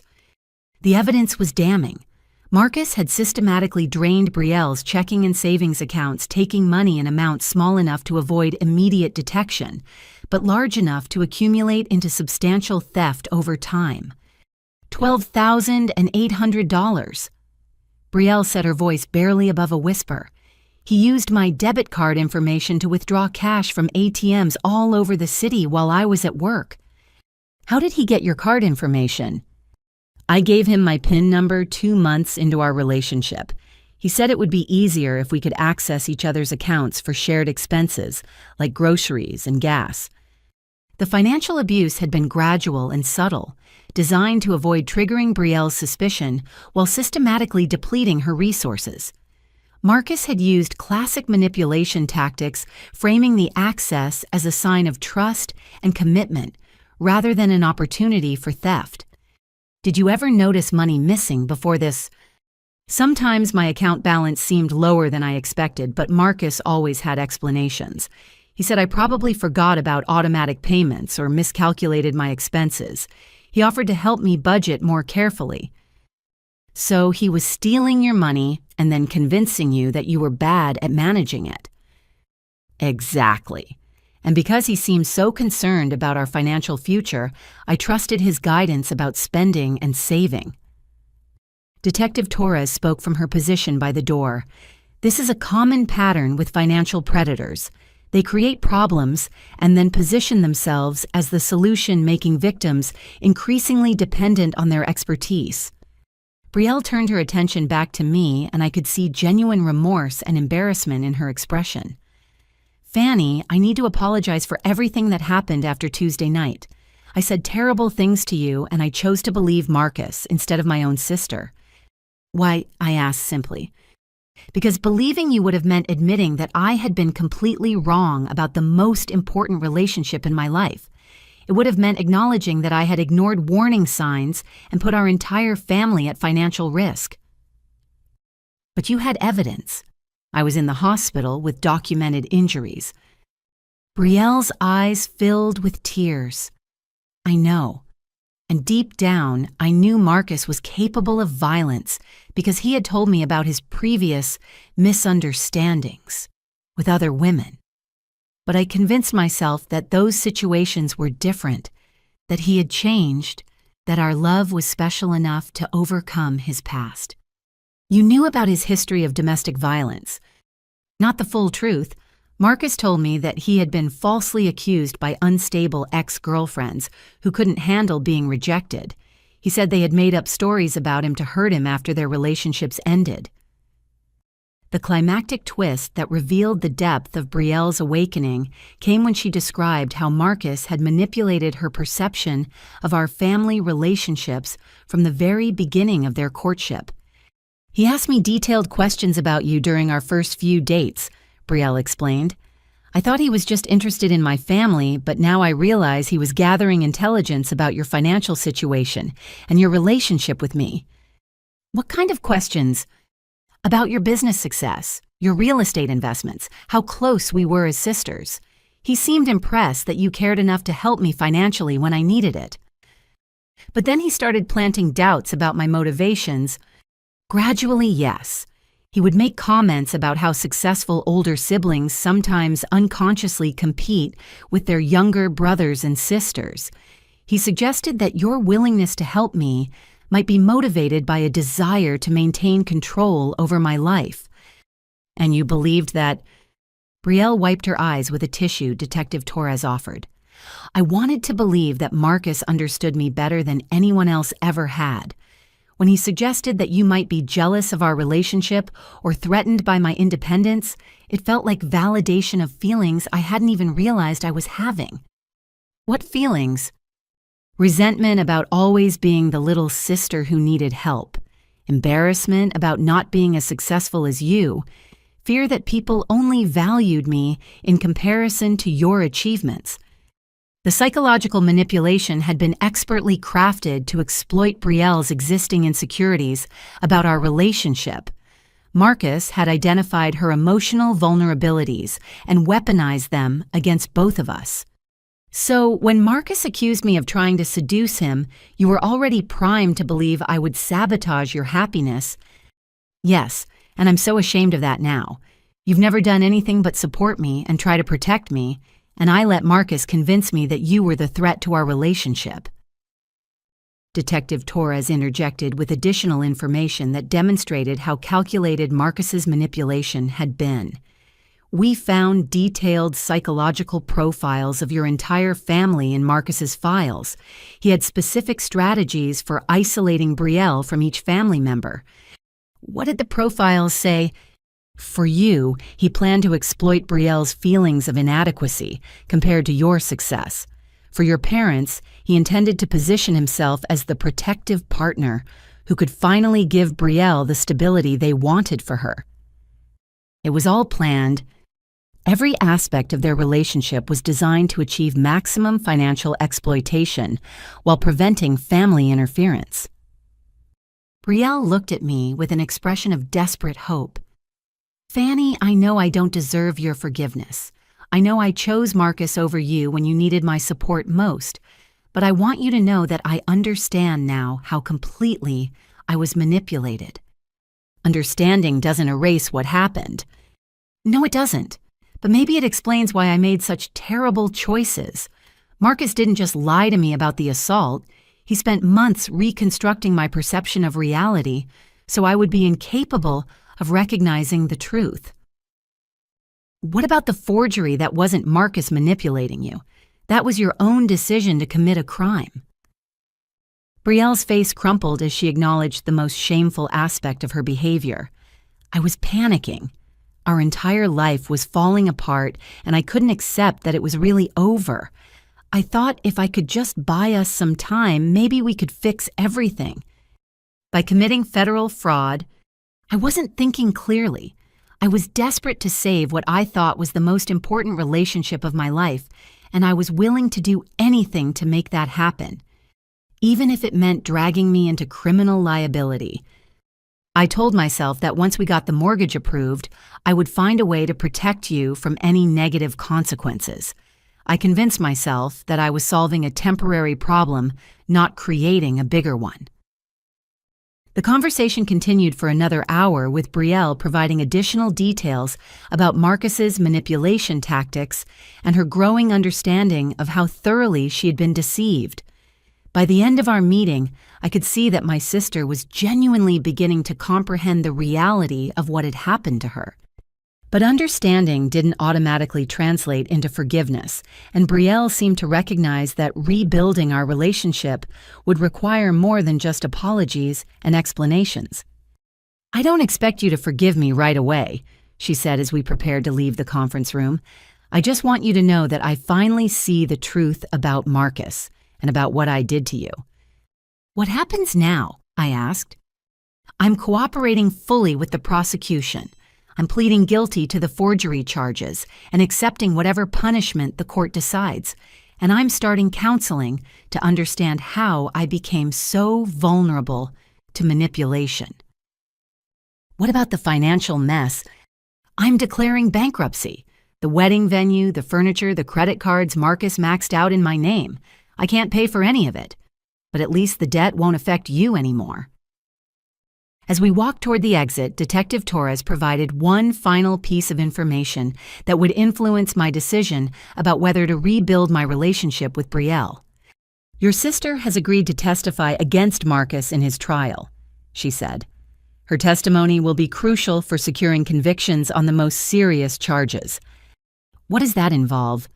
Detailed testimony about his manipulation tactics, the financial abuse, and his statements about planning to default on the mortgage.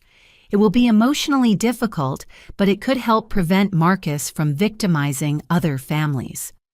The idea that Brielle was willing to endure the humiliation and emotional trauma of testifying against Marcus suggested that her awakening to his true nature was genuine and complete. Tuesday morning brought news that Marcus's criminal enterprise was even more extensive than anyone had initially realized. Detective Torres called me at 7:30 with an update that would ultimately provide the justice I had been hoping for since the night of his assault.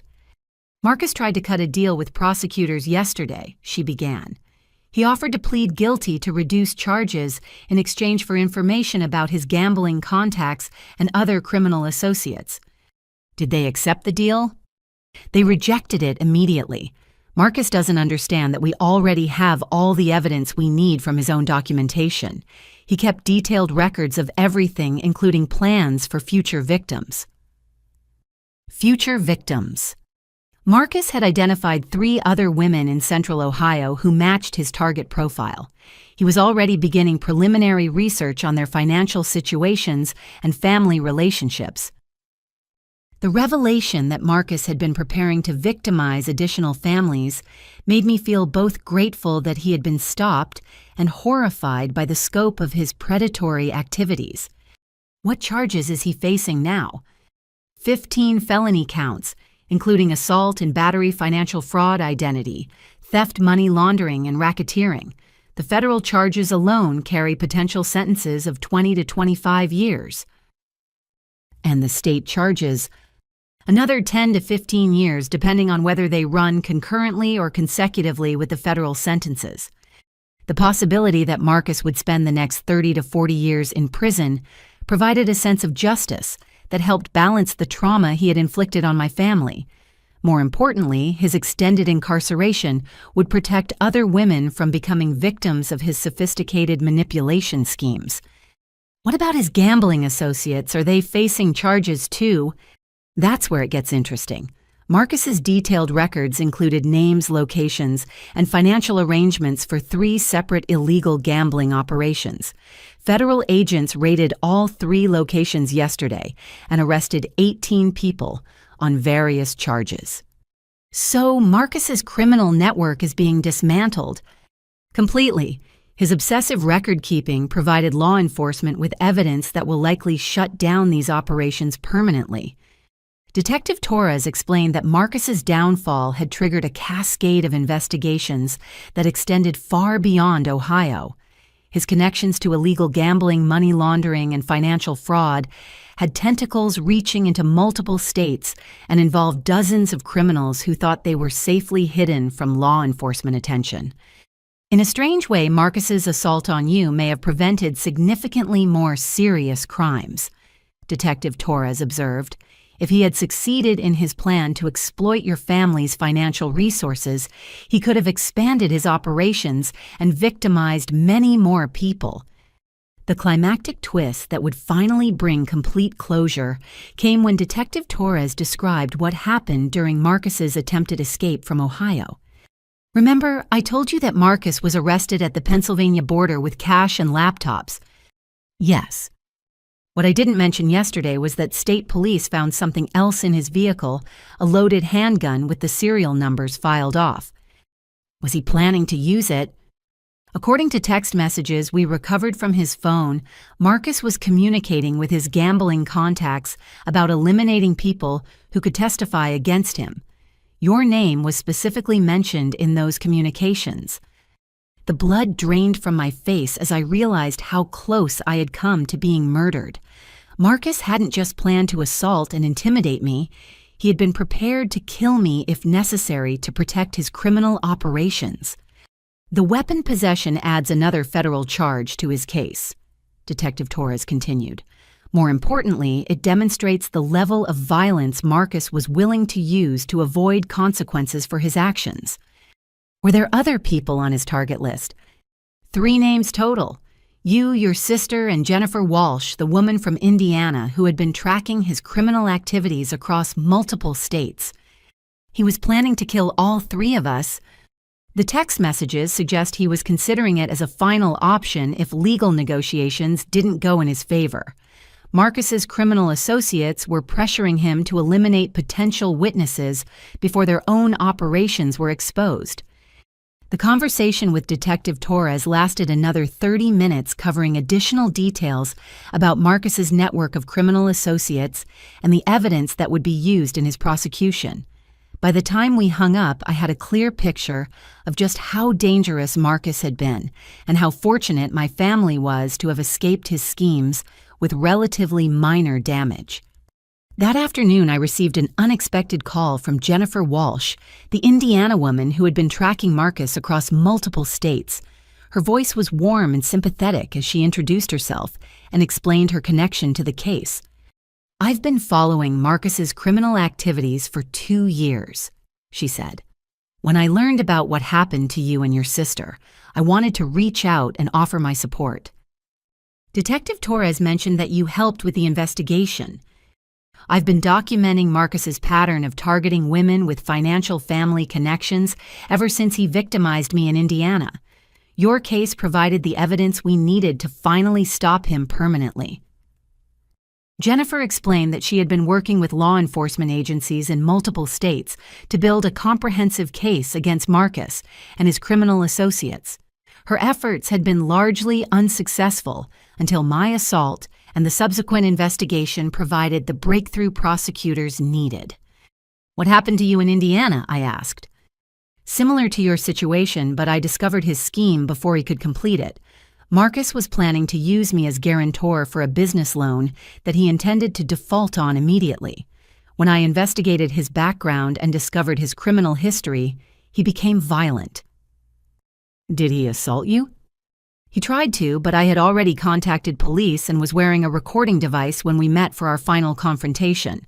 We caught his threats and attempted assault on tape, which led to his conviction for attempted domestic violence." "So you've been tracking him ever since?"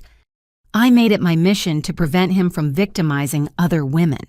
I contacted law enforcement wherever he moved and tried to warn potential targets when I could identify them." "How did you know he was targeting my family?" "I track his social media activities and monitor public records for mortgage applications in areas where he's living.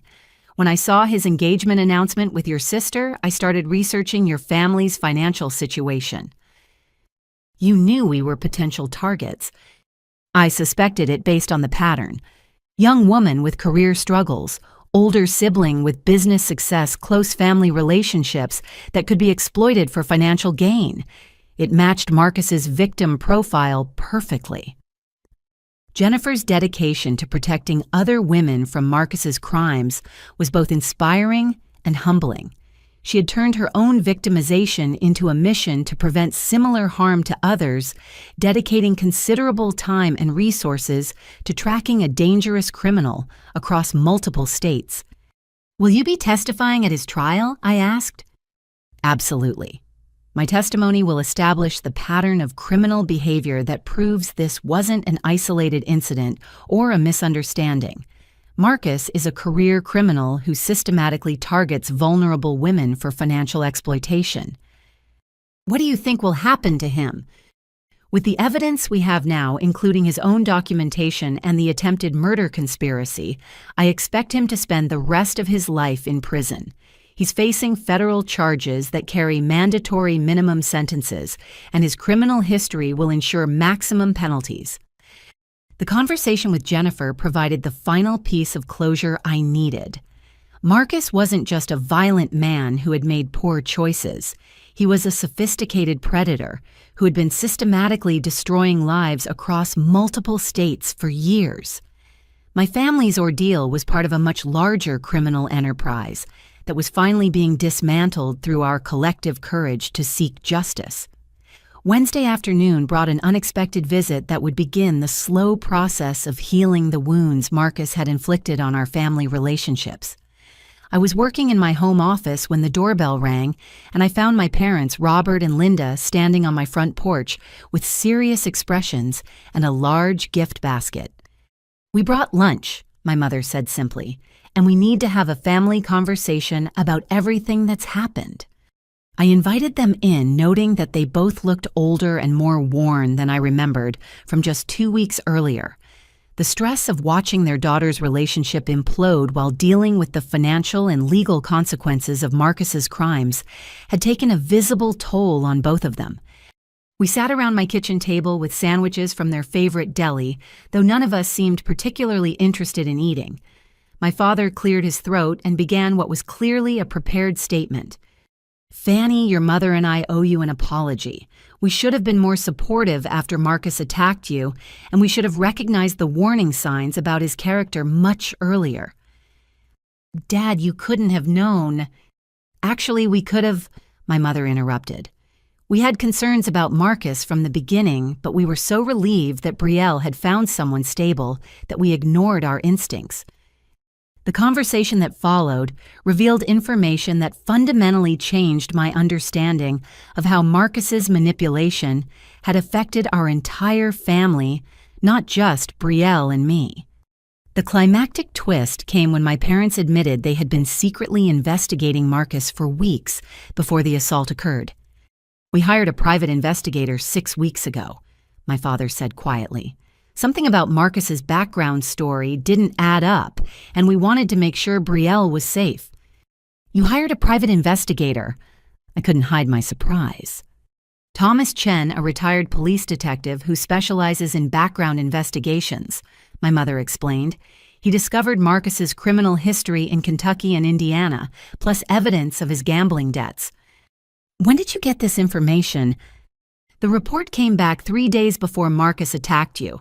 We were trying to figure out how to tell Brielle without pushing her deeper into his arms."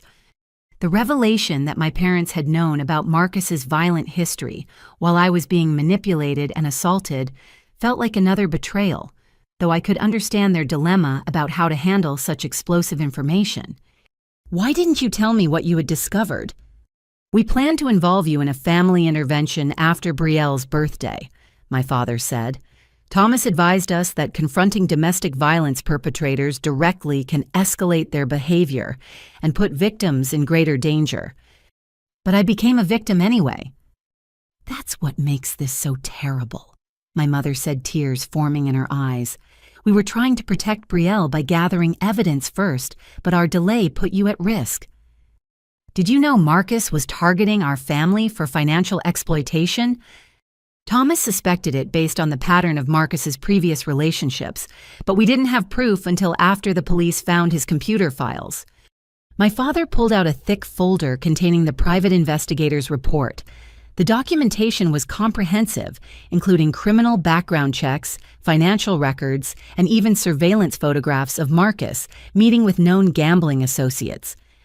Thomas also discovered that Marcus had been researching our family's financial situation long before he met Brielle, my mother explained. "He had accessed public records about your business, our home ownership, and even Brielle's employment history. So his entire relationship with Brielle was premeditated fraud. From the very beginning, Thomas found evidence that Marcus had specifically targeted the boutique where Brielle worked because he knew she came from a family with financial resources. The systematic nature of Marcus's planning was even more disturbing than I had realized. He hadn't just met Brielle and opportunistically decided to exploit our family. He had researched and selected us as targets before even introducing himself to my sister. What else did the private investigator find? Marcus was living under a false identity when he met Brielle, my father said. His real name is Marcus Andrew Coleman, and he has outstanding warrants in 2 other states for various financial crimes. Outstanding warrants. Identity theft in Kentucky, check fraud in Indiana. He'd been evading law enforcement for 18 months when he moved to Ohio and started using slightly modified versions of his name. So, when Detective Torres arrested him, she was also resolving criminal cases from other jurisdictions. Exactly. Marcus's assault on you triggered investigations that solved multiple unsolved crimes across 3 states. My mother reached across the table and took my hand. "Fanny, we also need you to know that we increased security around our house and had been monitoring your safety as much as possible without being obvious about it." "What do you mean?" "We installed security cameras and started taking turns driving past your house at different times during the day and evening. When you didn't answer your phone Tuesday night, your father called 911 immediately. You called 911? We were tracking your location through your phone's family sharing feature. When we saw that you were at Ohio State's emergency room, we knew something terrible had happened. The realization that my parents had been secretly protecting me while trying to figure out how to handle the Marcus situation made me feel both grateful and frustrated. Their intentions had been good, but their secrecy had left me isolated and vulnerable during the most dangerous period of Marcus's manipulation. I wish you had told me about your concerns, I said gently. We should have, my mother agreed. Thomas advised caution, but in retrospect, involving you in the investigation from the beginning might have prevented the assault entirely. Or it might have escalated Marcus's violence even sooner, my father pointed out. We'll never know for sure. The conversation continued for several hours, with my parents sharing additional details about their investigation and their growing concern for both daughters' safety. By the end of our discussion, I had a much clearer picture of how Marcus's manipulation had affected our entire family, not just his primary targets. What happens now with Brielle? I asked as we prepared to clean up lunch. She's staying with us while she goes through bankruptcy proceedings and prepares for Marcus's trial, my mother said. She's also starting intensive counseling to understand how she became so vulnerable to manipulation. How is she handling everything? Better than we expected. The shock of learning the truth about Marcus seems to have broken through the psychological hold he had over her. Does she want to rebuild our relationship? My father looked at me seriously. She's desperate to make things right with you, but she understands that forgiveness takes time. She's focusing on getting her life back together and cooperating with law enforcement for now. She also asked us to give you this, my mother said, handing me a sealed envelope with my name written in Brielle's handwriting. I decided to read the letter later when I had privacy to process whatever my sister wanted to communicate. For now, it was enough to know that my parents finally understood the full scope of what Marcus had planned for our family, and that they were committed to supporting both daughters through the recovery process. As they prepared to leave, my father shared one final piece of information that would influence my decision about rebuilding family relationships. Fanny Thomas Chen wants to meet with you about preventing similar situations in other families. He's developing educational materials about financial predators and thinks your experience could help protect other women. What would that involve? Speaking at community organizations about recognizing the warning signs of financial manipulation and domestic violence. Your story could save other families from going through what we've experienced. The idea of turning my traumatic experience into something that could help prevent similar crimes felt like a positive way to channel the anger and pain Marcus had caused. It also suggested a path forward that could give meaning to the suffering our family had endured. 3 months later, I sat in the Franklin County Courthouse, watching Marcus face the consequences of his criminal enterprise. The federal courtroom was packed with victims, law enforcement officials, and family members who had been affected by his schemes across multiple states. Marcus looked dramatically different from the confident, manipulative man who had assaulted me in his apartment. Orange jail clothing hung loosely on his diminished frame, and his hair had grown long and unkempt during his incarceration. More significantly, his arrogant demeanor had been replaced by the defeated posture of someone who finally understood that his criminal career was permanently over. Federal prosecutor Sarah Martinez had built an overwhelming case against Marcus, using his own documentation and the testimony of multiple victims. Her opening statement outlined 15 separate felony charges spanning financial fraud, domestic violence, identity, theft, money laundering, and conspiracy to commit murder. Ladies and gentlemen of the jury, she began, the defendant didn't just commit crimes. He operated a sophisticated criminal enterprise designed to systematically exploit vulnerable women and their families across multiple states. The prosecution's evidence included Marcus's detailed computer files, recorded conversations with gambling associates, and testimony from 5 women he had victimized over the previous 3 years. Each victim told a similar story of manipulation, financial exploitation, and escalating violence when their families became suspicious of Marcus's intentions. Jennifer Walsh testified, first describing how Marcus had researched her family's financial situation and planned to use her as guarantor for fraudulent business loans. Her calm, detailed account of his manipulation tactics established the pattern that prosecutors would use to demonstrate Marcus's systematic approach to victimizing women. Brielle's testimony came on the second day of the trial. I had been unsure whether I wanted to attend her appearance on the witness stand, but ultimately decided that supporting her courage to face Marcus in court was more important than protecting my own emotional comfort. My sister looked composed and determined as she described Marcus's gradual manipulation of her perceptions about our family relationships. She spoke clearly about the financial abuse, the psychological manipulation, and her eventual understanding of how completely she had been deceived.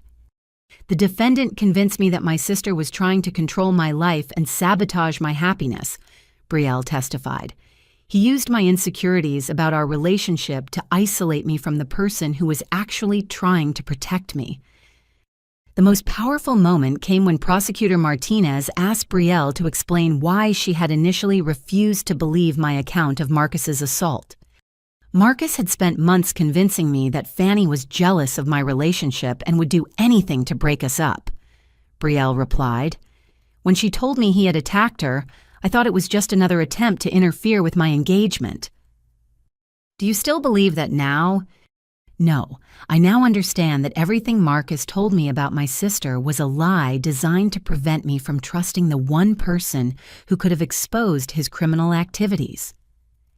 Marcus's defense attorney, Robert Kim, attempted to portray his client as someone whose gambling addiction had led to poor decisions rather than a calculating predator who systematically targeted vulnerable women. The strategy failed completely when prosecutors presented evidence of Marcus's detailed planning and his threats to murder potential witnesses. The climactic moment that sealed Marcus's fate came when Detective Torres testified about the evidence found in his vehicle during his attempted escape from Ohio. The defendant was carrying detailed plans for eliminating 3 witnesses who could testify against him, she explained. These plans included specific methods, timing, and disposal strategies that demonstrated extensive premeditation. What was the defendant's intended timeline for these murders? According to text messages recovered from his phone, he planned to kill all 3 witnesses within 72 hours of his arrest warrant being issued. Who were the intended victims? Fanny Hartley, Brielle Hartley, and Jennifer Walsh. The revelation that Marcus had been prepared to commit triple murder to protect his criminal enterprise horrified the jury and eliminated any sympathy they might have felt for his situation. My own testimony came on the 3rd day of the trial. Prosecutor Martinez had prepared me extensively for this moment, but facing Marcus in court still felt emotionally overwhelming. He stared at me with cold hatred as I described his assault and threats, showing no remorse or acknowledgement of the pain he had caused. Ms. Hartley, can you describe the defendant's demeanor after he finished assaulting you? He was completely calm and controlled. He washed his hands at the kitchen sink as if nothing unusual had happened, then gave me instructions about cleaning up my own blood before I left his apartment. What did those instructions tell you about the nature of his actions? That the assault was premeditated and calculated, not a crime of passion. He had planned every aspect of the attack, including how to cover up the evidence afterward. The cross-examination by Marcus's defense attorney was brief and ineffective. My medical records, hospital photographs, and consistent testimony left no room for alternative explanations of what had occurred in that apartment. After 5 days of testimony from 23 witnesses, the jury deliberated for less than 2 hours before returning guilty verdicts on all 15 felony charges. Marcus showed no emotion as the verdicts were read, though his hands trembled slightly when the judge scheduled sentencing for the following month. The sentencing hearing brought closure that exceeded my expectations for justice. Federal Judge Patricia Williams sentenced Marcus to 45 years in federal prison, followed by an additional 15 years on state charges to be served consecutively rather than concurrently. Mr. Coleman, Judge Williams, said before imposing sentence, "You operated a criminal enterprise that destroyed families and traumatized multiple victims across several states. Your calculated cruelty and willingness to commit murder to protect your crimes demonstrate that you represent a continued danger to society. This court sentences you to 45 years in federal prison, without possibility of parole, followed by 15 years on state charges for a total of 60 years incarceration. Given your age and the length of this sentence, it is likely you will spend the remainder of your natural life in prison." Marcus would be 89 years old before becoming eligible for release, effectively ensuring that he would never again have the opportunity to victimize vulnerable women and their families. The sentencing hearing concluded with victim impact statements from all 5 women Marcus had targeted. Jennifer Walsh spoke about the 2 years she had spent tracking his criminal activities and her relief that other families would be protected from his schemes. I chose to focus my statement on the positive changes that had emerged from my family's ordeal. Marcus Coleman tried to destroy my relationship with my sister and exploit my family's financial resources, I said. Instead, his crimes have ultimately made our family stronger and more united than we were before. His actions also led to the dismantling of criminal networks that had been operating in multiple states. I hope that other families can learn from our experience and recognize the warning signs of financial predators before becoming victims themselves. After the sentencing, Brielle and I stood together outside the courthouse for the first time since the night of Marcus's assault. The 3 months of legal proceedings had given us both time to process what had happened and begin rebuilding our relationship on more honest foundations. "Thank you for testifying against him," she said quietly. "I know facing him in court was difficult after everything he did to you. Thank you for finding the courage to tell the truth about his manipulation," I replied. "Your testimony helped ensure he'll never hurt another family." We weren't ready for a full reconciliation yet, but standing together as Marcus was taken away in shackles felt like the beginning of healing for our family. 6 months after Marcus's sentencing, I found myself in an unexpected role as an advocate for domestic violence prevention and financial fraud awareness. Thomas Chen, the private investigator my parents had hired, had connected me with organizations across Ohio that provided education about recognizing and preventing predatory relationships. My first speaking engagement took place at the Columbus Women's Center on a rainy Thursday evening in March. The audience consisted of 40 women ranging from college students to retirees, all seeking information about protecting themselves and their families from financial predators. 6 months ago, I thought I understood the warning signs of abusive relationships. I began my presentation. I had never imagined that a sophisticated predator could manipulate my sister so completely that she would choose her abuser over her own family. I shared the details of Marcus's systematic manipulation, his assault on me, and the criminal enterprise that law enforcement had uncovered during their investigation. The audience listened with rapt attention, many taking notes and asking thoughtful questions about recognizing similar warning signs in their own lives. The most rewarding part of these presentations was watching audience members have moments of recognition about concerning behaviors in their own relationships or those of family members. After my first presentation, 3 women approached me with specific questions about boyfriends or relatives who exhibited similar patterns to Marcus's manipulation tactics. "My daughter's fiancé has been asking detailed questions about our family's financial situation," one mother confided. "After hearing your story, I'm concerned that he might be targeting her for the same reasons Marcus targeted your sister." I connected her with Detective Torres, who had become a resource for families concerned about potential financial predators. Within 2 weeks, their investigation revealed that the daughter's fiancé had outstanding warrants for financial fraud in another state and was indeed following Marcus's playbook for exploiting family resources. The climactic transformation in my relationship with Brielle came during her own journey toward advocacy work. 3 months after Marcus's sentencing, she had completed intensive counseling and was ready to begin turning her experience into something that could help prevent similar situations. "I want to speak publicly about psychological manipulation and financial abuse," she told me during one of our weekly coffee meetings. "But I know my credibility is damaged because I initially defended Marcus and attacked you. Your experience as someone who was manipulated gives you a different perspective than mine," I replied. "Potential victims might relate more to someone who understands how easy it is to be deceived by these predators." Brielle's first speaking engagement was at Ohio State University's orientation program for new students. Her presentation focused on recognizing manipulation tactics in dating relationships and understanding how financial predators target college students with family financial support.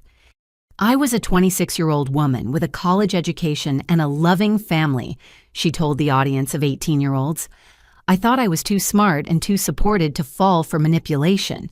But predators like Marcus specifically target women with strong family connections because those relationships provide access to financial resources."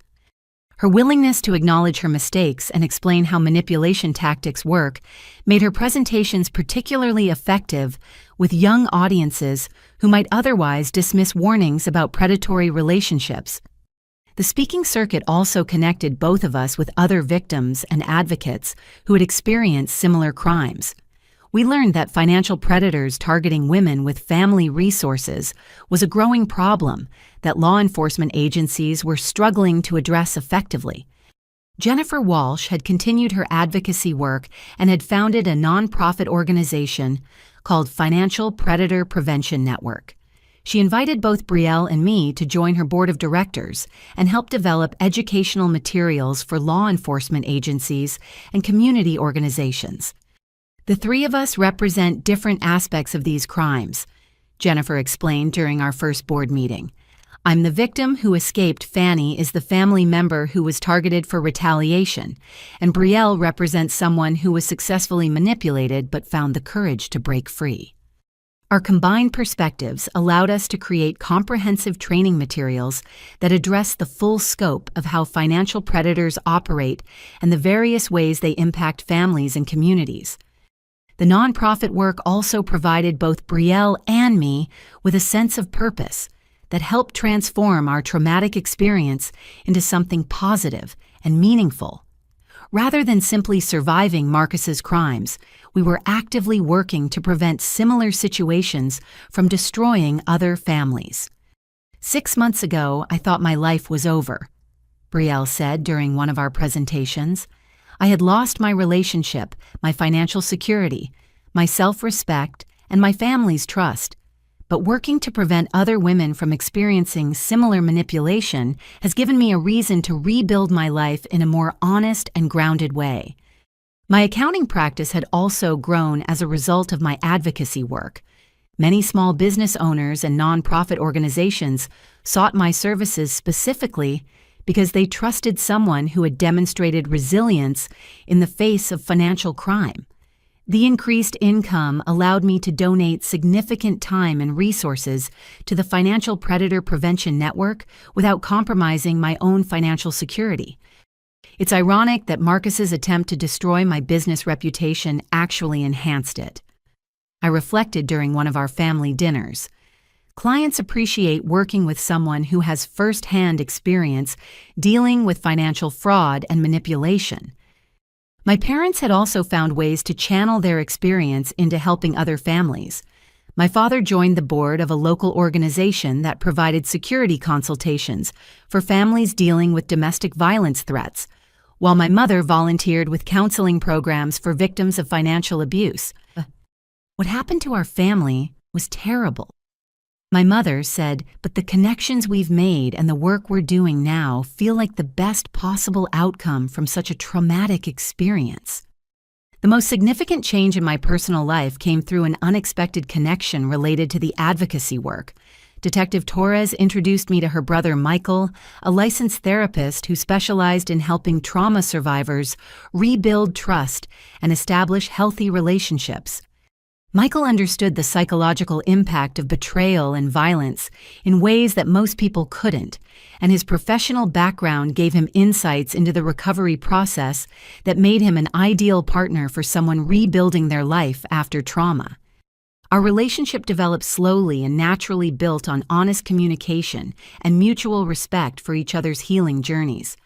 Michael never pressured me to move faster than I was comfortable with, and his understanding of trauma responses helped me navigate the emotional challenges of learning to trust again.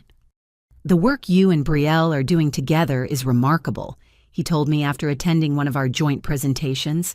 "Most families never recover from the kind of manipulation and betrayal you experienced, but you've found a way to transform it into something that helps other people."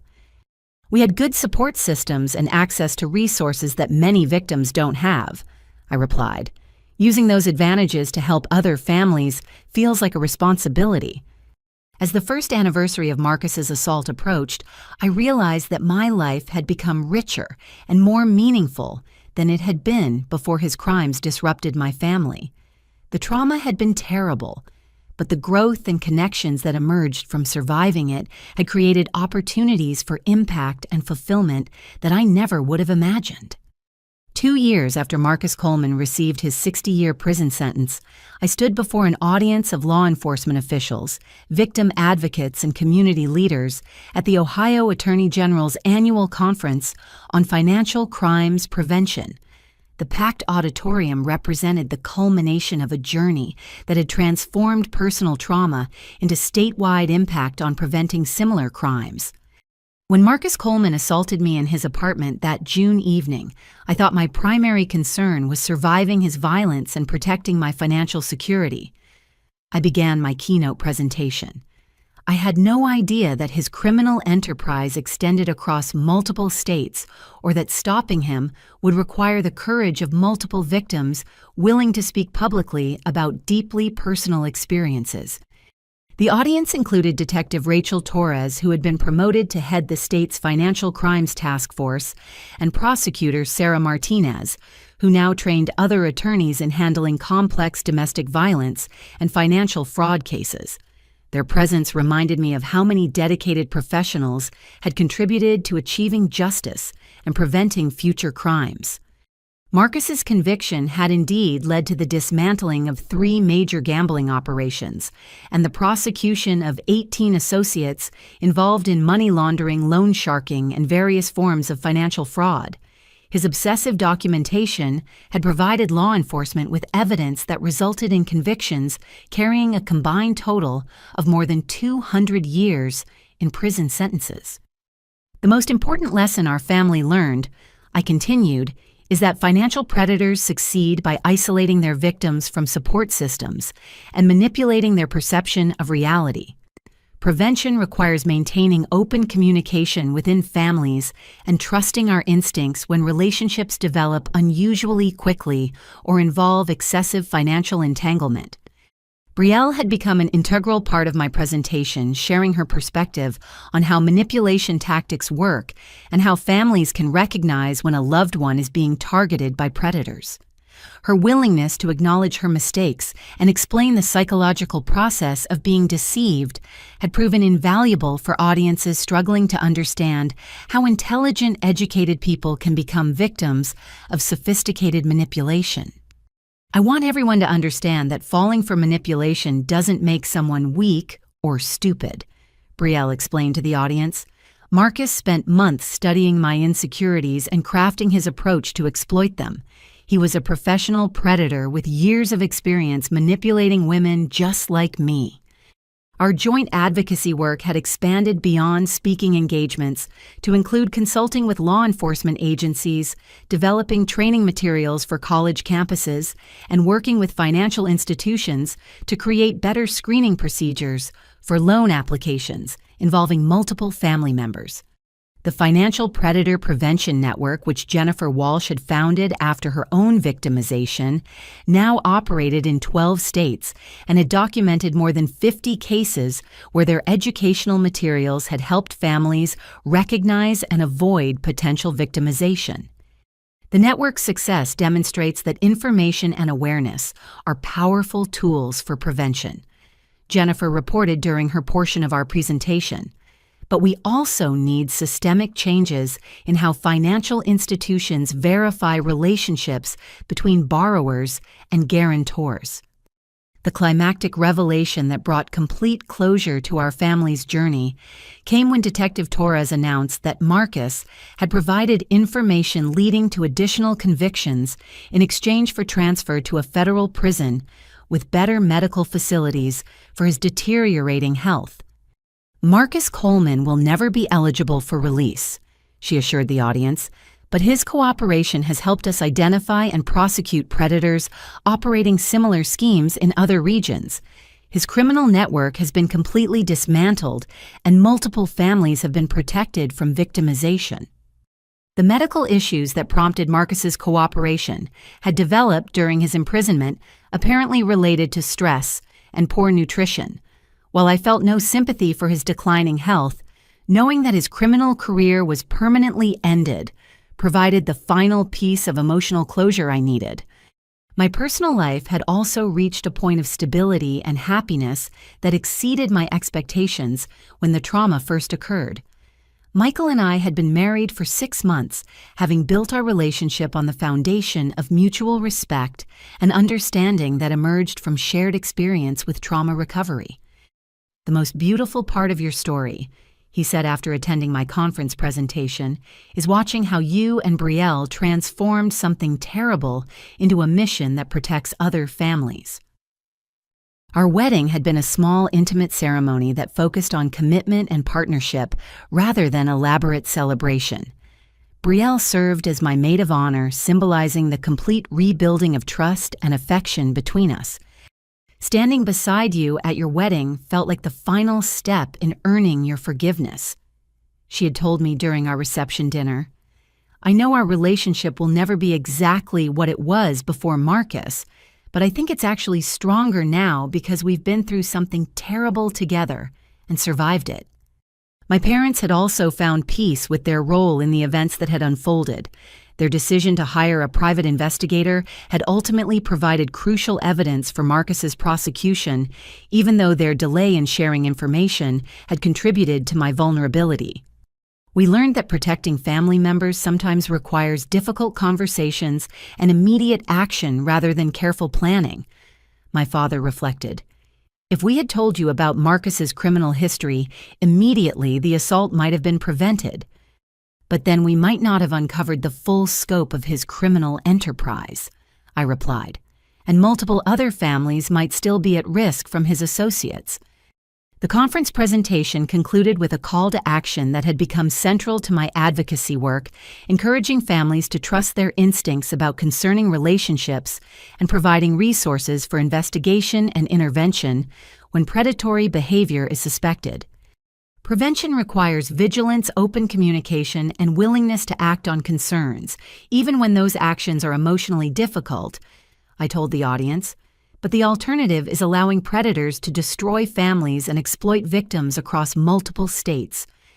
As I looked out at the audience of dedicated professionals committed to protecting vulnerable people from financial crimes, I realized that Marcus's attempt to destroy my family had ultimately led to our greatest contribution to society. The trauma he inflicted had been transformed into knowledge resources and systems that would protect countless other families from similar destruction. The question I wanted to leave with the audience reflected the broader implications of our experience. How many other families in your community might be dealing with similar manipulation and financial exploitation? Right now, what systems can we create to help them recognize the danger and seek help before violence occurs? After the conference ended, Detective Torres approached me with news that provided the perfect conclusion to our journey toward justice and healing. Fanny, I wanted you to know that our Financial Crimes Task Force has received federal funding to expand operations statewide.